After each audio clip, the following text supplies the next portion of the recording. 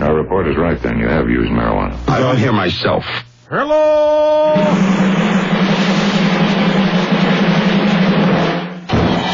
Now introducing America's #1 leading prophet and regular good guy, Stern, King of the Universe and profoundly the one we want. Let's hear it for Stern now. Give him a big applause. Big round of applause.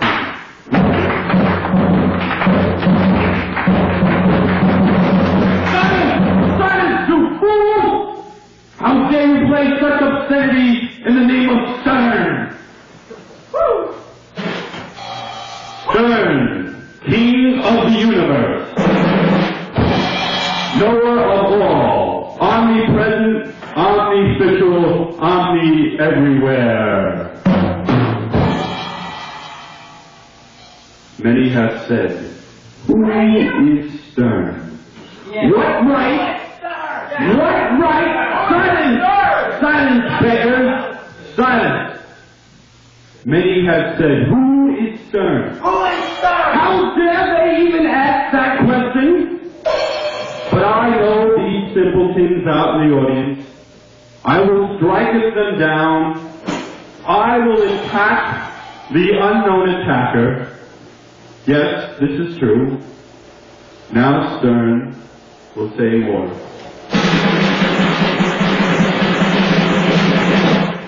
I don't like talking chairs. I don't like talking clock. I mean, that's for little kids. That is not in real life. You know, well, people say, yeah, but you talk to a dog. All right, because dogs are friends and you talk to your dog. It's just not real enough for me. No one manipulates me or my family. Here's a story of a mixed-up lady who was bringing up a girl that's not too smart. The girl was clear with duty. That's where the BS starts. Here's the story of a man named Sharpton, a quirky reverend with straight and processed hair. He never tried to manipulate the wanna. He just wanted network air. And then one day Tawana met some fellows. They smeared her body with recycled canine lunch. Did Reverend Sharpton want justice or publicity? That's why we're hearing lots of crap from the Brawley Bunch. The Brawley Bunch. The Brawley Bunch. Are they victims or are they skunks? The Brawley Bunch. My favorite song with Chuck is all of them. I've always, Chuck really be true, but not putting Bo down, not putting Fats down, but if I just say that God knows I'll be lying. To the God of Abraham, Isaac, and Jacob, my God, and I love so much, and I keep your holy Sabbath every Saturday, from sundown Friday to sundown Saturday. I must say this, he's my favorite rock artist, and he always have been. And I think that I've never told the world this, but his rhythm is the only rhythm that I can sing my stuff to. And it fits. If I say this about Chuck, if Chuck don't go up on the stage, I know it's going to be really tough for me.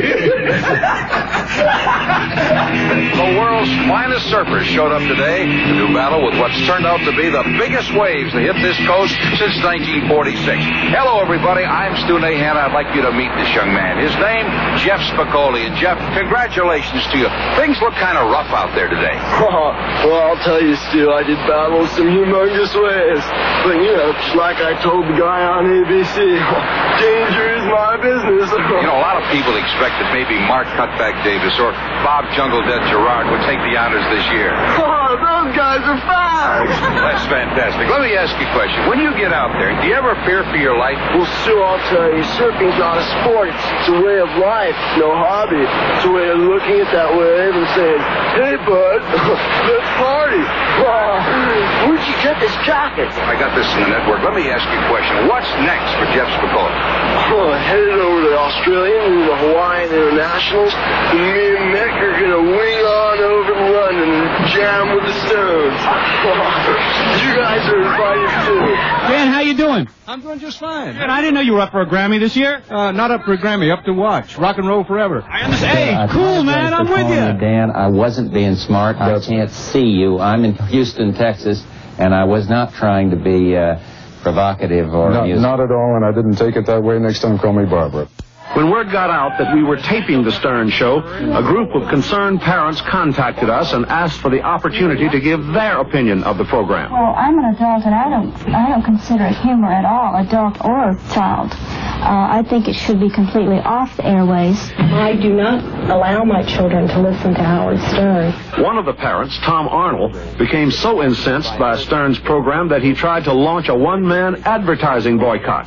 But I did get responses back from the sponsors that I wrote to, and many of them have pulled their advertising from that particular station. And if they're not going to support the station through advertising income, then the station sooner or later is going to get the idea that maybe we shouldn't do this. Vietnam at dinner time was bad enough, but this stuff over my Cocoa Puffs is driving me crazy. It just doesn't need to be there. Good morning. Magic Matt, WHTZ 100, New York. What do you think about Andrew Ridgely here becoming a photographer? No, actually, what I want to know is what... Andrew! No, what I want to know is, John, we did a barbecue thing when I was in Houston, Texas, and I want to thank you for that. It was a Ted Mellencamp, who's a record promoter. We thank you because you didn't know anything about it. When I go on the air tomorrow and I talk to the 3 million listeners that listen to Z100, what's the message, seriously? Because I swear to God, they love you to death, man. What's the message that I can say the entire group told me to tell you, your fans? What can I tell them? That you're on between 6 and 10 in the morning? Absolutely not. Tell them all to go back to bed. The man said take the day off. It's okay. We'll write a letter to all your bosses. It's cool. All right. Thank God I do 3 to 7. How's tomorrow's Bon Jovi Day? Can we do that? You can do that. C100 will pay all of their... Yeah, all of them. Elvis said to take the day.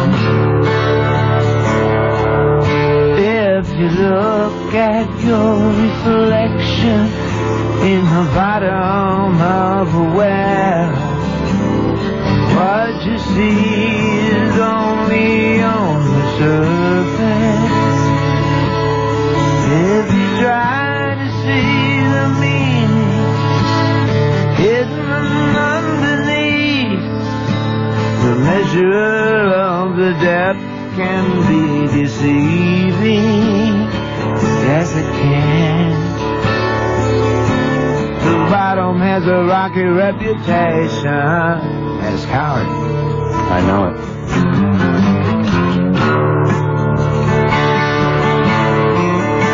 So you can feel it in the distance, the deeper down you stare. From up above it's hard to see, but you know it when you're there.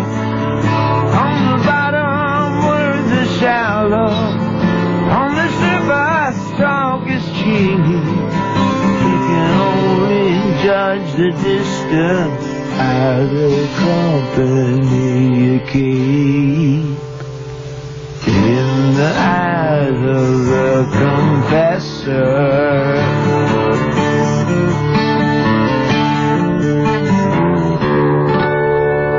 God has touched you, man. I'm telling you, man. God has touched you. My next guest is radio personality Howard Stern.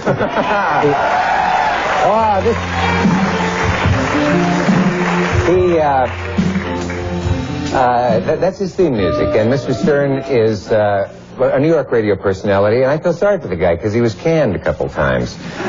And this has never happened. Good money. Don't worry about it. Good money? Yes. This sort of thing has never happened to me, but I can imagine it. He has earned a reputation, should the name not be familiar to you, for being outrageous. He is celebrated for his ability to offend people of all persuasions. He usually makes people laugh along the way. And to give you some idea of his humor, before coming on the show, he told a member of my staff that he is God's gift to radio. That following on my appearance to the show, he will, let me, because I will be so impressed with what he's going to do on this show, I will gladly allow him to make love to my wife. This is position 2. So as you can see, he's a bit of a humorist. And here to accomplish that and all more is Mr. Howard, Mr. Class Stern.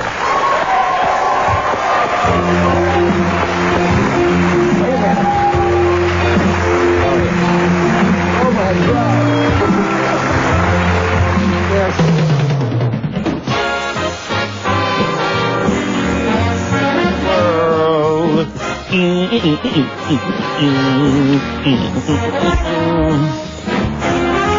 .614 and 92.3 K-Rock at WYSP and WJFK. Good morning, my friends. And what a show we have for you. We'll be contacting Elvis today on the air. That's right, contacting Elvis. Who's upset because Lisa Marie Presley has gotten married. I've got the tape of the Tawana Brawley press conference. Well, Tawana hasn't given her press conference. That's the Robert Abrams press conference. That's correct. Tawana will be speaking in Chicago today. I'll be talking about my insurance examination. How was it? Oh, boy, the guy saw my penis. Oh, no. I'll be talking about that in a minute. That's pretty embarrassing. How did this happen to you? I don't know. Oh, boy. I tell you, what a life I got. Can't even keep covered up. What the hell happened to human dignity? There is none. No, there isn't. That's because every doctor wants to see my ween. I think it's poetic justice because women lose all dignity when they have to get up in those stirrups. Yeah, but you guys are lucky. I mean, nobody judges you on size. I mean, maybe breast size, but not on wiener size. I mean, some guys actually appreciate small breasts. Nobody appreciates a small wiener. Oh, no. Nobody. People snicker.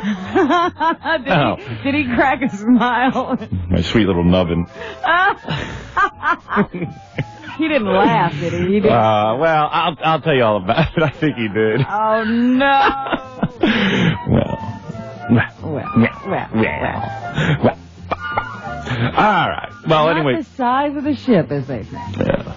Thank you, Rob. That's very nice of you. Hey, did you guys rerun Eddie Money Meets Liberace? Did you get that on tape for me? Ready to go. Okay. Because I think I'd like to hear it again. Sure, I would like to hear how that came out. Yeah, I want to see if that was funny or not. All right, 616 92.3 K-Rock WYSP. Don't go away. We got a great program for you. Hate mail today. Lots of things happening. Gary's got a list of things. And we'll read that list to you right after. Omer was downstairs, but I'm not letting him up. Okay. I can't handle that today. And your big appearance coming up, too, I'm sure we'll be talking about it. Yeah. All right, we'll be back right after. Yeah, that's right, the big Roosevelt Field appearance tomorrow. All the excitement. I'll be back right after these words. Oh, someone. You may say Omer's downstairs with a mustache. I thought maybe he was here because it was the opening of the John Lennon film. Yeah. Oh, he's so frightening with that girlfriend.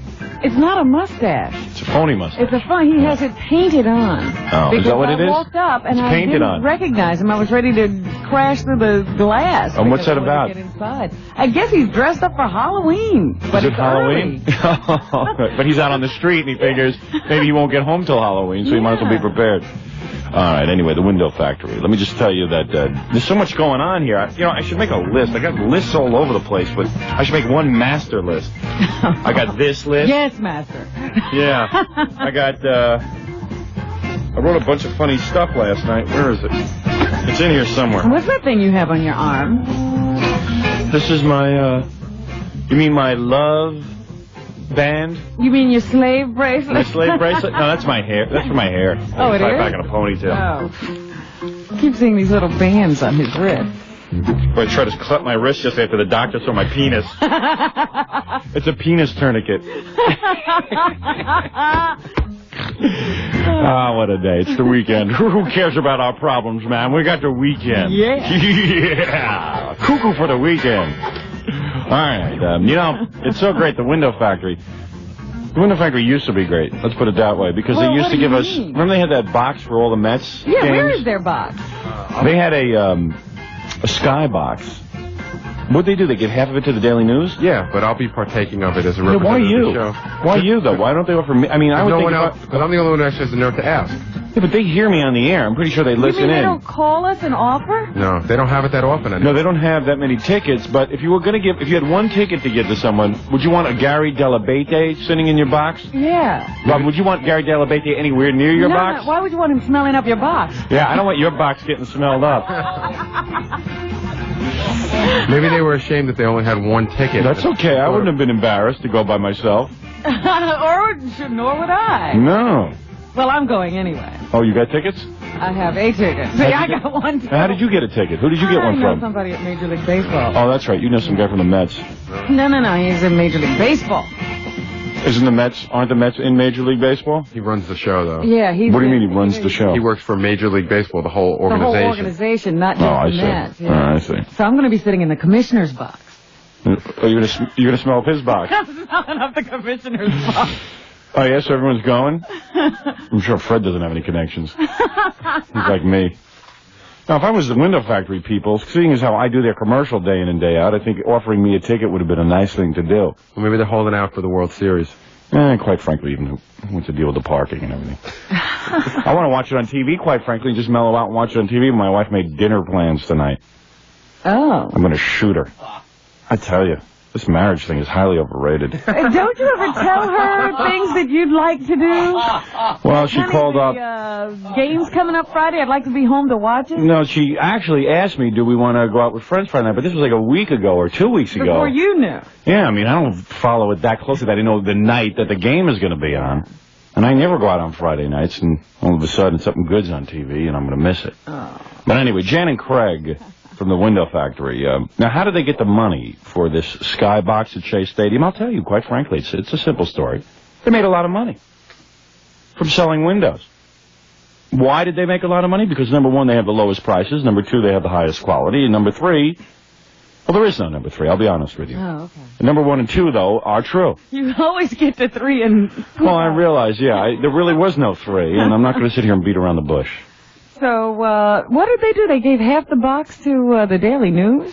Yeah, well, I think they do. And what happened was last year, none of us went to the game, so they ended up with a lot of empty seats, so they said, let's sell off half the box. Oh. So they sold it off to the Daily News. And so now there's no tickets. Oh. And quite frankly, I'd like to sit in the Sky box. Where's the commissioner's box? Is that in the Sky box area? No. That's it's on the ground. On the field, right. Right in Keith Hernandez's lap. Yeah, I'll be sitting on Keith Hernandez. I see. So you're going tonight, right? No. You're going Saturday. Tomorrow, yeah. Oh, when I'm doing my appearance. Yeah. My Record World appearance. That's the only way I could get out of going. That's it. When the Mets get into the World Series, I can get you into the truck. You know, the TV truck, if you want to sit. Oh, yeah, I know I could do that. I mean, actually, I got a connection on that one. I'm going to keep you out of that truck. Yeah, I'll have my connection for the World Series. Who even cares? I'll watch it on TV. I'd rather... What, I'm going to go in a truck and watch it on TV in a truck? In a truck, you're going to watch it. That makes no sense. I'd rather sit at home and watch it on TV. What do you mean a truck? But you get to see all the exciting, how the technical director, how they... Please, I'd have a nervous breakdown. I don't want to watch that. Sit in a truck. I heard about it. We have a friend who works in the truck. Uh-huh. And, I thought about it. Why would I want to sit in a truck and watch them yell? Come on, camera two. Camera two. Camera two. Cut. Camera two. Cut the camera two. Cut the camera two. Yeah, I want to watch a baseball game like that. I'd rather watch the game. I don't need that. Sit in a truck and watch television? That's exciting to me. What in the World Series would I want? Exciting. Yeah, everything's exciting to you. That's why you're at MTV every day and night. Really? Gary again comes in this morning and goes, hey, boss, guess where I was? MTV yesterday. Yeah, I heard him on the phone the other day impressing one of his friends. Oh, yeah, I'm going to be over at MTV tomorrow. Yeah, and then he tells me he was over at NBC, he's over at MTV. What is it, wherever you are? Who was he trying to impress? I don't know. He was on the phone probably with some girl or something. Yeah, I'll be at MTV tomorrow. I'm having if you want lunch with the Leeds man. If you want to be a VJ, just give me your tape. I know the right people. Yeah. Well, that you do. Didn't help you, though. No, of course not. Can't help himself. He might help. You know, Gary goes there and laughs at all of the reels. You know, all the people who try out for MTV. Oh yeah. Yeah, him and Steve sit there and chuckle. I'll be the first to admit mine was maybe one of the worst. Where is yours? Do we still have that tape? Or did you burn it? How come we don't play that at the beginning of the show ever? Yeah. What? Freddie, how come that's not part of the beginning of the show? Because I never gave it to him, but I can pull that. No, pull it. Why don't you pull it right now? Okay. Where is it? It's probably buried in our closet, and I'll just have to go dig it Now, why up. is that buried in the closet? But me, as a 17-year-old guy, fooling around in some guy's basement, is on the show every morning for the opening. Yeah, good piece of tape like that, Yeah. Gary, you bury. Yeah. How about you bury those caps of yours? You want to know what's going on today, boss? No, don't change the subject. I'll change the subject. That's my job. I'll get it for you. It wasn't a thing that I did on purpose. All right. Well, that's a good piece of tape. What are you thinking about the beginning of the show? And Fred, you should think of that stuff, too. Yeah. If I don't think of it, forget it. He's getting frightening again. Hey, Fred? Yeah, I think our girlfriend is wearing off on him. I think he's like, hey, don't try to change me. I'm not wearing those damn Chinese slippers. Fred's got it down to a science now. I should learn from him. What do you mean? Whatever you say to him, he just says yes. Yeah, but he doesn't do anything. Right. Yeah. But you see, Fred's a little more talented than you. I don't know that I He'll tolerate put up it. with that. Believe me, Gary, you're not that much different. He never argues with There's you. a lot of stuff that I ask you to do, you just don't do. I do a lot of things. But a lot of things you forget about. You don't have a list. I never see you walking around with a list. Yeah. And if you have a list, you must lose it. I want you with a clipboard and a list. I'm being serious. I keep a list. And I want you to take care of every little detail, even if you think it's not important. It's important to me. I take care of everything for you. All right. He doesn't. He takes care of nothing. He forgets about a lot of stuff. All I ever hear from him is how he won't do something. I had to remind him 9 times about the pictures. Yeah. Hey, have you gotten them? No, I still do not have them. Oh, no. You know that they're being done. You know that we went over the price. And we ran into some trouble. Jan and Craig's The Window Factory. You won't run into pricing trouble and delays at Jan and Craig's Window Factory. In fact, Tom Chisano, our general manager, is having windows put in by the Window Factory. And I said, yeah, good move. He said, yeah, I'm going to have them do it. I heard they were really, we were always skeptical. He goes, yeah, I heard they're really good. I go, they are. They're installations. He says, I have a friend. They were in and out in 2 hours and put in like 7 windows or something. I was talking to someone the other day who had gone to someone else. Uh-oh. And what were they saying to me? They had holes in their house in the rain. Yes, holes. Holes in their house because they had popped out the other windows. Right. And it was taking them days to get their windows back in. I see. Didn't listen. Yep, they don't listen. Well, anyway, where is the Window Factory? Jan and Craig's The Window Factory. Well, I'll tell you. They're on Long Island in 2 locations, Syosset and Carl Place. Brooklyn, Westchester, and Fairfield, New Jersey. So it's Jan and Craig's The Window Factory. I got to cut down on the amount of time I give them on their commercial. They didn't invite me into their skybox. So, and quite frankly, Gary was supposed to be at my Record World appearance. Yeah, helping what's me out. he doing at the game on Saturday? And he goes, Balls, you don't mind if I skip this one, do you? Balls, you don't mind. And I thought about it. I said, yeah, really, what do I need him there for? He does nothing anyway, except breathe Well, on he me. was supposed to check all the receipts. I said, Howard, I'm going to come to your appearance with you. They go, I don't care. You can do what you want. Like you. Because, Gary, I don't want to sit and watch a guy moan the whole time that he's missing the game. I wouldn't have moaned. This was before I had tickets to the game. Yeah. No, you would have. You would. When I say to you, I don't care, that means I care. I'm testing you every step of the way. And I took you out of my will last night. Nothing's finalized. You were in for a hot second. You were in my will, you know. Was I? Yeah. What did I get? Enough money that you would have been... Yeah, money. Oh, cool. Well, what else would I leave you? Toothbrush? That's stuff around the house. Okay, a toothbrush. I left you a toothbrush. Like the pool table or something? No, not the pool table. You don't get that. Stupid dick. Allison, stuff like that. I hate you. Anyway, No, but who's going to be checking receipts now? John. No, not John. You know what? I want you there tomorrow. Give up your ticket. I would. Give it to Fred or Robin. I would. Or Jackie. Sure, I would give it up. All right, give it up. I need you there tomorrow. Yeah, I just because you had decided. the whole plan set up that he was quality control. Yeah, but he's such a jerk. Guido's going to be there. He can be. Is he going to be there? Yeah. All right, I'd rather have him do it anyway. He's such a yo-yo, and he doesn't get all nervous every minute like you. Not much. Mr. Hyper. Yeah. Anyway, yeah, the big Record World appearance tomorrow. I wonder if anyone's coming. We're going to have big screen TVs. We're going to have big screen TVs set up for the Met game. You might see me. I'll wait. Yeah, all right. Wait from your little box next to the commissioner. Commissioner's box. So are you going to be sitting near the commissioner? No, the commissioner I don't think is going to be there tomorrow. Oh, I see. Yeah. Why should he be there? It's only like a playoff. Yeah, why would the commissioner show up? Yeah, he doesn't need to be there. Okay, we got a bunch of stuff to get to. What were you doing at MTV? You just sit there with Steve and look at all the bad audition tapes? No, I went and had lunch with him. Why does he have lunch with you? Because we're friends, believe it or not. You tell Steve if he needs a VJ, who he needs is me. But tell him to get some money together, and they got money. I see how many ads they're running. You know, when I was a VJ, it was state of the art. God, do I have a big ego or what? Oh, it was good, let's face it. Very good. It was good. But, so Gary goes sits around with Steve and laughs at all the, audition tapes. But meanwhile, Gary's was the worst. Yeah, Steve laughed at Gary's with someone else. That's right. He has another guy over. Yeah. Somebody else's Another producer. friend. Yeah. And, yesterday I was going to that insurance exam. Mm-hmm. Let me just make sure some people are coming to the big appearance. Howard, you know people are going to show up. I know, but... You always have that anxiety. Yeah, as a performer, you don't want to be sitting in Roosevelt Field by yourself. Yeah. Do you know who was... one time I saw Bernard and Marvin Kalb, the two guys from CBS News. They wrote a book. Yeah. And they were at the bookstore, the Bookskeller or whatever it is at Roosevelt Field.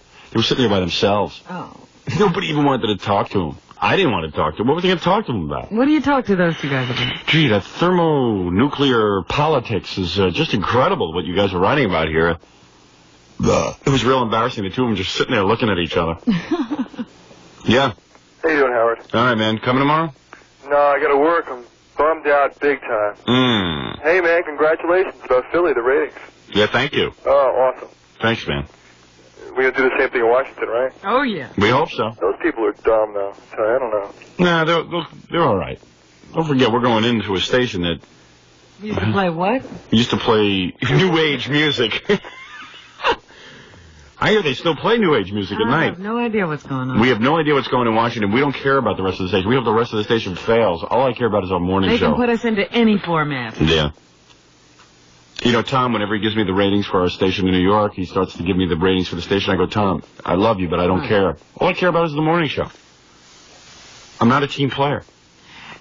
Well, you are. I'm not. But you're like, let me see, who could you be like? Daryl Strawberry. You're going to do your best. Right. And the team will prosper as a result. But I still walk around making a lot of dopey statements. Right. Yeah, talk about how you want to leave. Right. Just to keep them on their toes. Anyway, no, but I'm really not a team player. I mean, I don't really care how the rest of the station does. In fact, I like when they do bad because they need me more. It's great when Meg and them, they can't... Combined, they can't equal my ratings. Oh, it's true. It's lucky that we know the rest of the air staff, because we don't know anybody else at this station. That's right. People walk by all the time and they mention names like a who. That's right.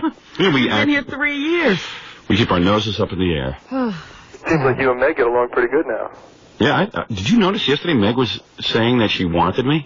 What? Was anybody else? I didn't see her. She was crouched down on the floor. On her knees. Admitting that she wanted you. I turned around and I said, Meg, now you'll admit that you feel bad that 10 years ago you didn't go out with me? And she went... Really? Because Yeah. I couldn't see a thing. I know that face of hers. I know that face that you're doing. That's her sarcastic yes face. Like that she goes. No, but it wasn't like sarcastic. It was like... I was like, whoa, wait a second, stop the presses. I'll ask her again today. You tell me if you see that look. All right. What happened to that guy Jimmy Fink? He's at night now. Yeah, he bakes. Yeah, it's a day job. But Jimmy went to nights. And then they got a new guy in the afternoon, right? Yeah, they got a new guy in the afternoon. Who they're real worried about. They want to make sure he does well because I think Tom and Pat put their ass on the line with him. Like Tom and Pat were against me coming here, so if I failed, they would have been hero. Deal, yeah. And if I did well, it was like, oh, okay, great, he did well. He proved us wrong. Big deal. No one will remember that we were against They've it. learned to love us. Yeah. But the new guy's their idea. I like that. Yeah, me too. They have something else to worry about besides us. Yeah, they're like busy running around. They're trying to get him different Mets to call in and give sports reports. They don't know what to do. But it's good. He's a good guy. I hope he does well. I should like him a lot. I'd like to meet him. No, you don't. You don't want to meet him. Why not? Because Omer looks clean cut next to him. Well, I'd like to know about that. Yeah. I once saw Homer on the street, boy. He's pretty scary looking. Yeah, I know. Yeah, anyway, so I was going up to this insurance exam yesterday. Some dude asked me if I was a messenger. Are you kidding? Well, it was an old guy, and he was a messenger, and he said, hey, are you a messenger in this building, too? Because I guess I kind of look like a messenger, you know? Well, you don't dress like a business. Yeah, right. So he figures anybody who's not in a suit. I often think that guys look at me and laugh and go, hey, he's just a messenger. Big, gawky, tall messenger. But you don't have those bicycle pants on. No, well, this guy didn't either. He had regular jeans on rolled up to his calves. With some bad walking sneakers, you know, like those walking shoes. Yeah. And then I went up to the doctor, and my insurance guy was there, the whole thing. They asked me to pee into a cup, and I couldn't because Don't you know that you're always supposed to tank up before I you totally forgot. I usually know that. Yeah. And I know that. Because you're not supposed to have those embarrassing situations. You got the Phantom of the Opera record today, too. Write that down. I do, Boots. All right.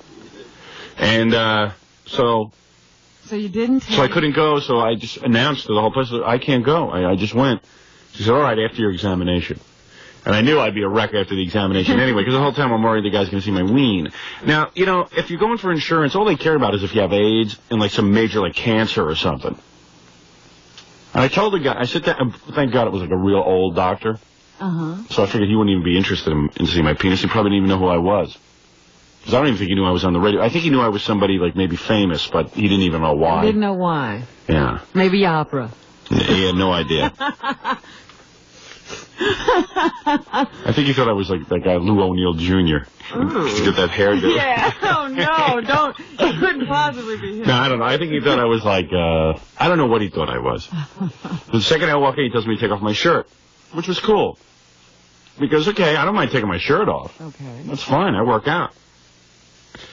But the whole time I'm sitting there, I know this guy's going to... I said, why would he want me to take my pants off anyway? But the last time it happened, I know it was a young doctor who just wanted to see my penis because he was a big fan of mine. And this is what I have to worry about. If I had a normal-sized one, it would just... I'd be proud. I'd say, don't you want to see it? Don't you want to see it, doctor? You'd be jumping out of those clothes. Doctor, let me just show it to you. Tell me, take a look at it. They'd be saying, no, you don't have to take your pants off. But I like it. They just check me. So anyway, and the first doctor who did my insurance exam a year ago, there was no reason for to see my naked penis. Unless he was like checking for herpes or something. And don't they do a hernia thing of that? Well, let me talk to you about that. So, okay, so the guy took blood and he did the whole thing. And then he goes, okay, unbuckle your pants and your underpants. You have buckles on your underpants? I didn't want to admit that, but I do. And he's like, unbuckle your pants and your underpants. Take them down. Drop your drawers, you know. And I was like, oh, man. Here we go. Here we go. I don't believe it. So I pull them down and I look down and I look smaller than ever. Because let's face it, I'm heterosexual and I'm not aroused by the thought of a 90-year-old man touching my ween. Yeah. But I mean, I was unbelievably small. I mean, I was like a turtle who was frightened. I mean, I never saw it this small. I looked down, I'm telling you, it's not even normally that small. Oh, no. It was all flattened down from my underpants. Please. Robin, it was never this small ever.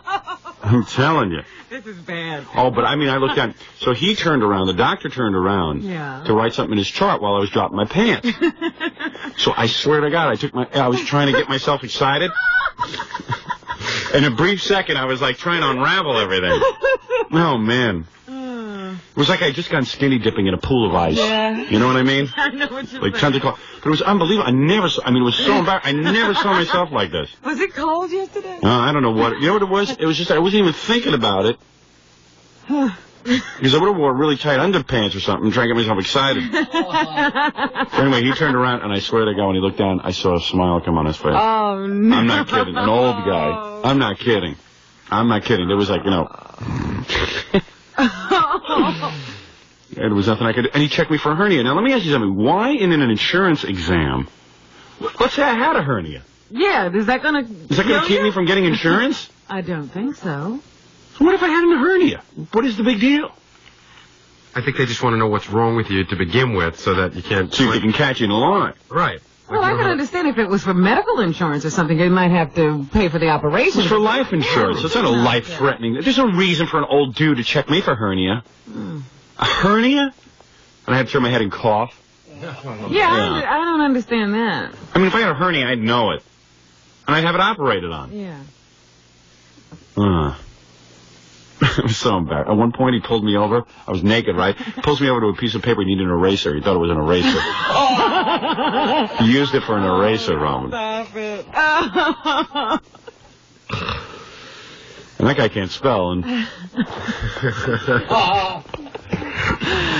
Howard. yeah. Is Jackie still working for you? No, he left the show. I've already been told if Jackie leaves the show, never mention his name on the air again and never give him another plug. Are you kidding? That's right. I've already been told that. If I leave, you're going to stop giving me my plug. Yeah. Yeah, like he didn't know that. I'm sitting there going, oh boy, what? Oh man. Time to figure it out with him. Yeah. I'll take it easy. Oh, and you should see, you know how Jackie says he can negotiate for himself because he doesn't get emotional about it? Tom walked in the other day. Jackie had his head down. He's not talking to Tom, and every time Tom says something, he like mutters something under his breath. It's real. Have you been in a room alone with him lately? No, I haven't. I haven't seen him and Tom together. And then I go, maybe you... And then Tom starts talking to Jackie about the whole thing in front of me. Oh. And I said, hey, wait a second. I'm leaving the room. Do you remember that, Jackie? Is that awkward or what? Yeah, I told him to get out of there, too. What is it, Gary? I'll tell you what it's come down to. Yesterday, Tom was out to lunch. Yeah. And he called ahead to see if Jackie was still here, because I think they were supposed to meet. So when he walked in, he said, is Jackie gone? And I said, I don't know. You tell me. And he said, no comment. Ooh. It's like, you see, Jackie, I can't explain to you how important it is for you to get an agent. I mean, Jackie, forget about it. You should have seen him in there with Tom. It was like, his head down, and then Tom, everything Tom said, like Tom was trying to make light conversation with the, you know, with all of the guys in the room, me, Jackie, and Tom. So, and you know, Tom mostly makes light conversation. But the point is that he was trying to make some, you know, happy talk. Yeah. And Jackie was not participating. And it's like, hey, man, what do I need this for? Then all of a sudden Tom goes, well, let's just talk about this right now. I go, wait a second. This is between you guys. What am I, Jackie's agent? So I said, I'm leaving the room if you guys want to talk. I'm kicking myself out of my own office. Like I'm not busy enough after I get off the air. And then Jackie even just said, Tom, I'll come back and see you when I want to talk. Which was good because, I mean, you know, all of a sudden... that wasn't right. Space in there. Isn't there enough space? And it's like maybe Jackie doesn't want to talk about it. In front of you. Yeah. You know, that's a personal thing. I don't want to know about this. Really? I mean, I do, but I don't. Sure, I mean, for gossip purposes. Yeah, I would like to be listening in and not having them watch my expressions while I... You know what I mean. But you don't want to have to sit there. Right. What are you supposed to do? Because Jackie really now is like the angry agent with Tom. Right. And it's like totally bizarre. But that's a negotiating tactic. That's not real emotion, Jackie. Oh, it was. And oh, yeah, right. And Jackie, of course, doesn't get emotional about these things. Boy, Jack, you're making a big mistake on this one. I know it. I know it. No, really, don't you? Yeah. You being serious? Yeah. Yeah. Absolutely. Yeah. It doesn't matter. He doesn't want to give up his 10%. That's right. He wants to hold on to everything he Right. gets. Yeah. All right. Listen, it's 6:44 at 92.3 KROC WYSP. Gary, when we get back, you tell us what's going on. And, because, Gary, the list was so long, even I didn't want to bother with it. And we'll be back right after these words. Put him up on a big throne on top of all the records and stuff, and 6 people were there to see him.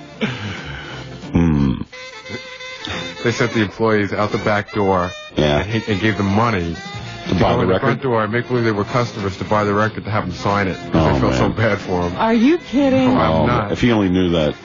Let's call him and tell him. Well, he's doing a lot better now. Yeah. I'm sure he would. He wouldn't care, but he would, you know. Anyway, 212 and 516 car cash.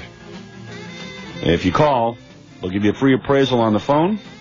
And I don't care what kind of car you have. If it's leased, it's financed, 4-wheel drive, a van, foreign, domestic.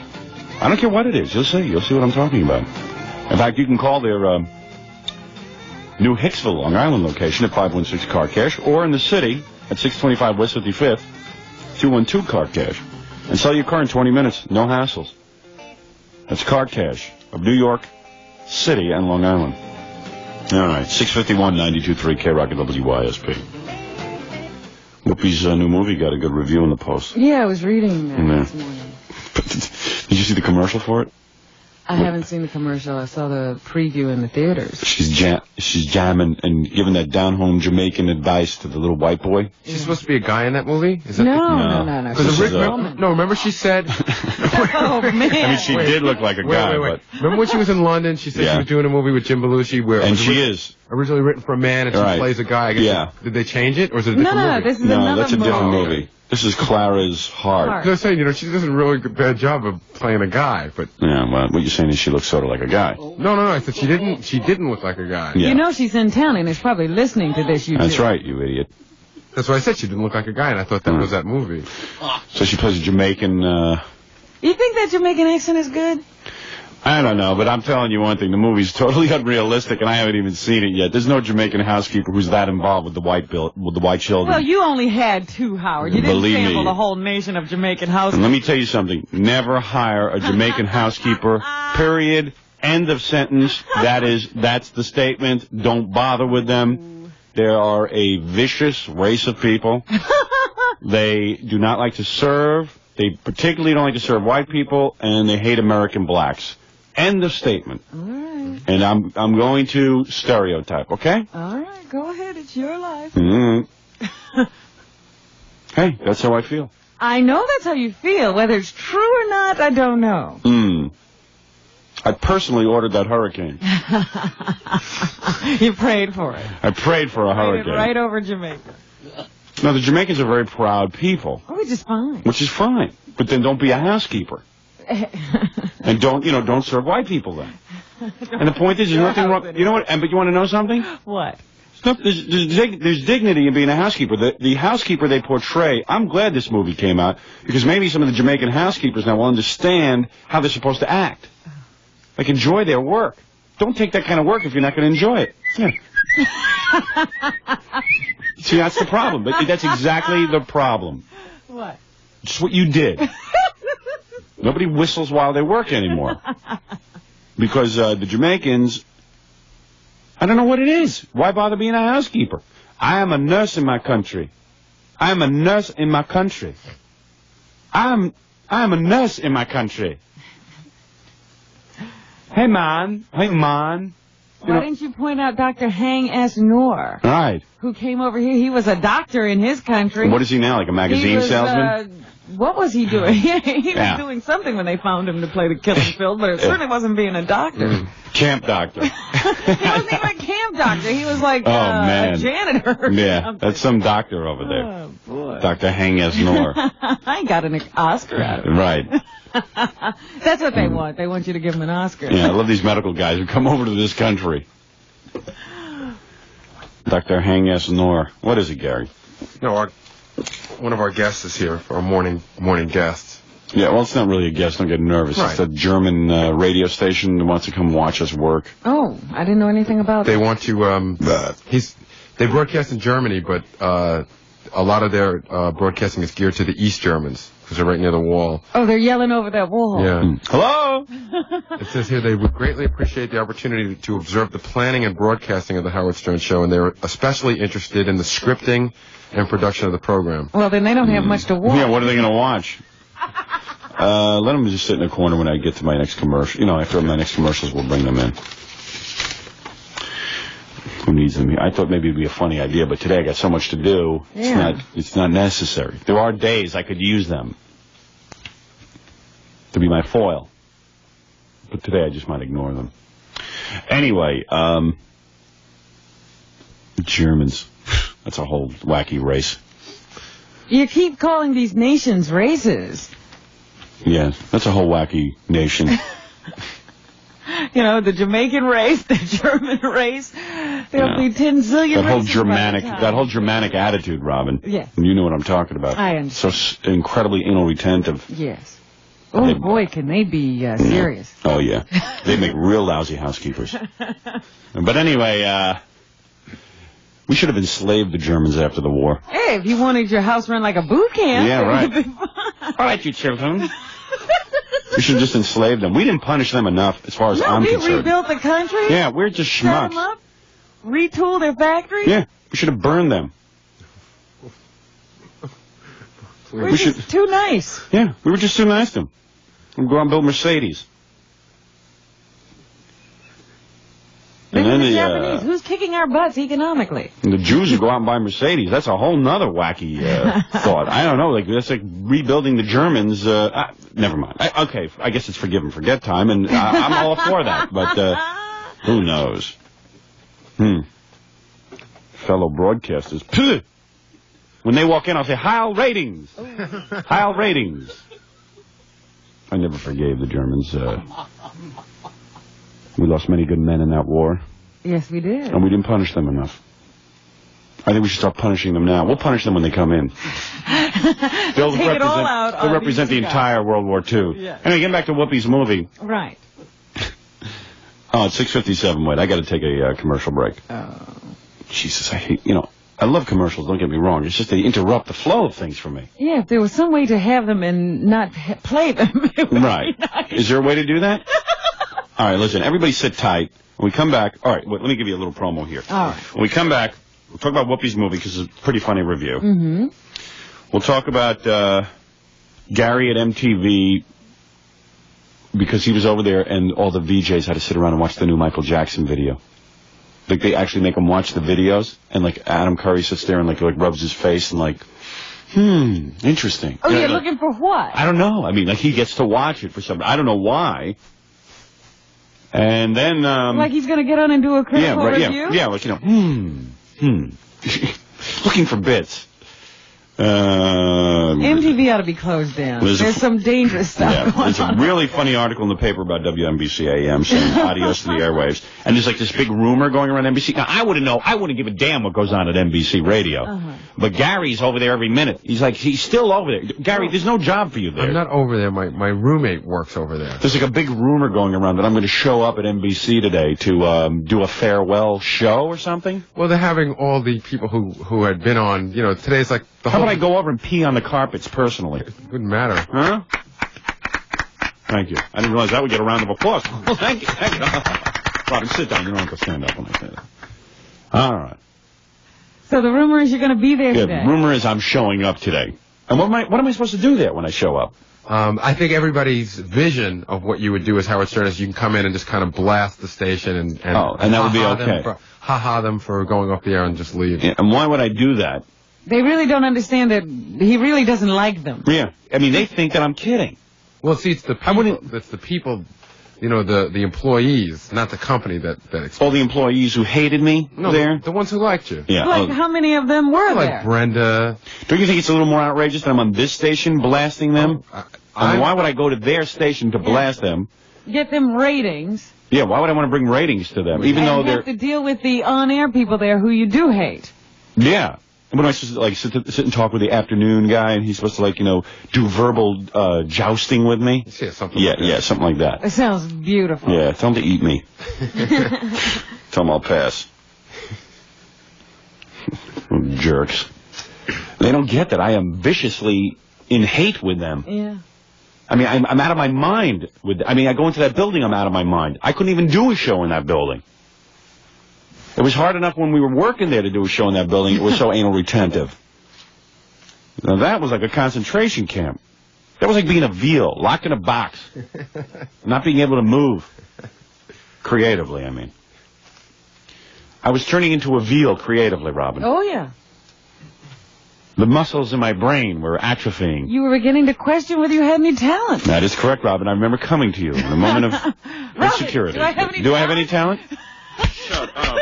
Shut up, Howard. This is no time to be questioning. All right. Why don't we take a break at 7 o'clock? When we come back, we'll meet the Nazi broadcasters. Do you want me to mention the other things we can do today, or do you want to wait till we come back? Yeah, no, I want to do a promo when we get back, because I'm running out of time. We'll be back right after this. My mom's about to use that one. Just north of North Boulevard on Little Neck. All of a sudden, I got an albatross around my neck, and it's Gary. His mother's ordering a mattress. Well, very good for her. What type of mattress would that be? Probably a futon. Futon. For that Oriental. I forget about the Oriental decoration. She's ordering a at futon. home, that Uniondale home. She's ordering a bunch of futons for her salad. If you tell her those are croutons. And Dial-A Mattress doesn't have those. Oh, that's right. Your mother has an Oriental house in Uniondale, is that it? Well, she's rearranging the house. She had my room dismantled, so she had a new bed for the room. The old mattress was full of spaghetti stains. Yeah, they had to dismantle Gary's room. Where they put bars up? They're dismantling. It's like a zoo. To dismantle his room.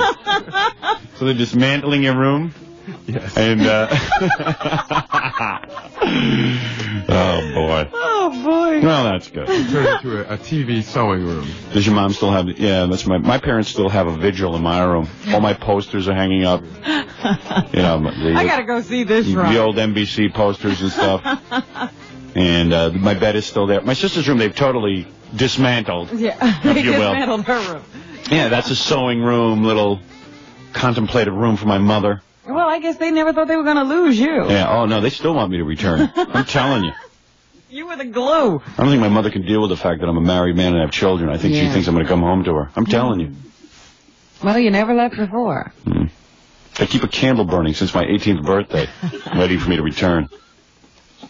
It's like the flame of the unknown sun. Yeah, the unknown sun. They were all excited yesterday that I called them, because usually I just call them once a week, and I just say, hey, I'll just give them a call, see how they're doing. I surprised them. They like that. I've been accused of being a bad son because I don't call often enough. Yeah. Okay, right, yeah. I'm a bad person. Charles Manson's a bad son. You know what I mean? Stop with evaluating every week, there's a new evaluation process, whether I'm a good son. I mean, it's time to make a decision whether I'm a good son or not, and just stick to it. Well, it's like every few months you have to have another election. Yeah. Is he a good son or isn't he? Right, yeah. And it's real weird. And if I'm not a good son or my wife isn't a good daughter-in-law, you can tell on the phone by my mother's private conversations with you, and you can tell because she's like, like, hey, the kids went to school today, man. It was great. First day in kindergarten. My mother will be, oh, good. Oh, she won't like, oh, really? She won't really be into it. Oh, really? What happened? Nothing. Oh, really? What happened? Will this be, oh, good. Oh, great. Oh, dear. Rushing you off the phone. Yeah. Oh. Anyway, Dial a Mattress is great, and you just dial 212-516 and 201 Mattress. They've got all the great ones, like Sir the Perfect Sleeper. You want to let the Schweinhunds in? What is it, one Schwein? Hold on a second. These guys are great. They can smell a gold tooth a mile away. I didn't come back, Gary, because I want the list of what we're doing today. Hello. Hello, Otto. Usually I don't like guys in the studio. I just thought it'd be kind of funny to see what a German broadcaster was like. Just to hear What him. kind of rate? Oh, they're broadcasting over the wall, so they're probably yelling, you can get out through checkpoint. Hello, this is the Casey Case in my Buchenwald. Listen up. Werden wir nicht vergessen. Aber wir werden auch die And now our top 10 hits. Here we go. Yes.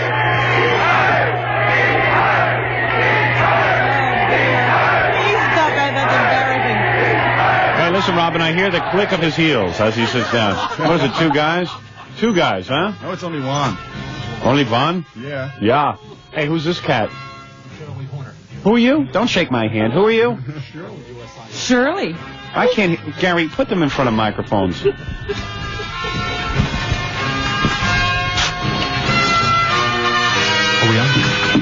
Oh, we on? Oh, well, boy, you you can tell guys... he's not in radio. You got a lot to learn, pal. Are we on? I guess since I wasn't talking. Yeah. All right, that's understandable. Who are you? My name is Charles Horner. I'm with the United States Information Agency. I'm just helping out. Oh, God. Uh-oh, we're in trouble now. Yeah. Who invited Porky? It's the government. Watch out. Really? Oh, the government is here. Yeah, watch out. Watch out. Yeah, no, this is in Germany, pal. Watch out. You see.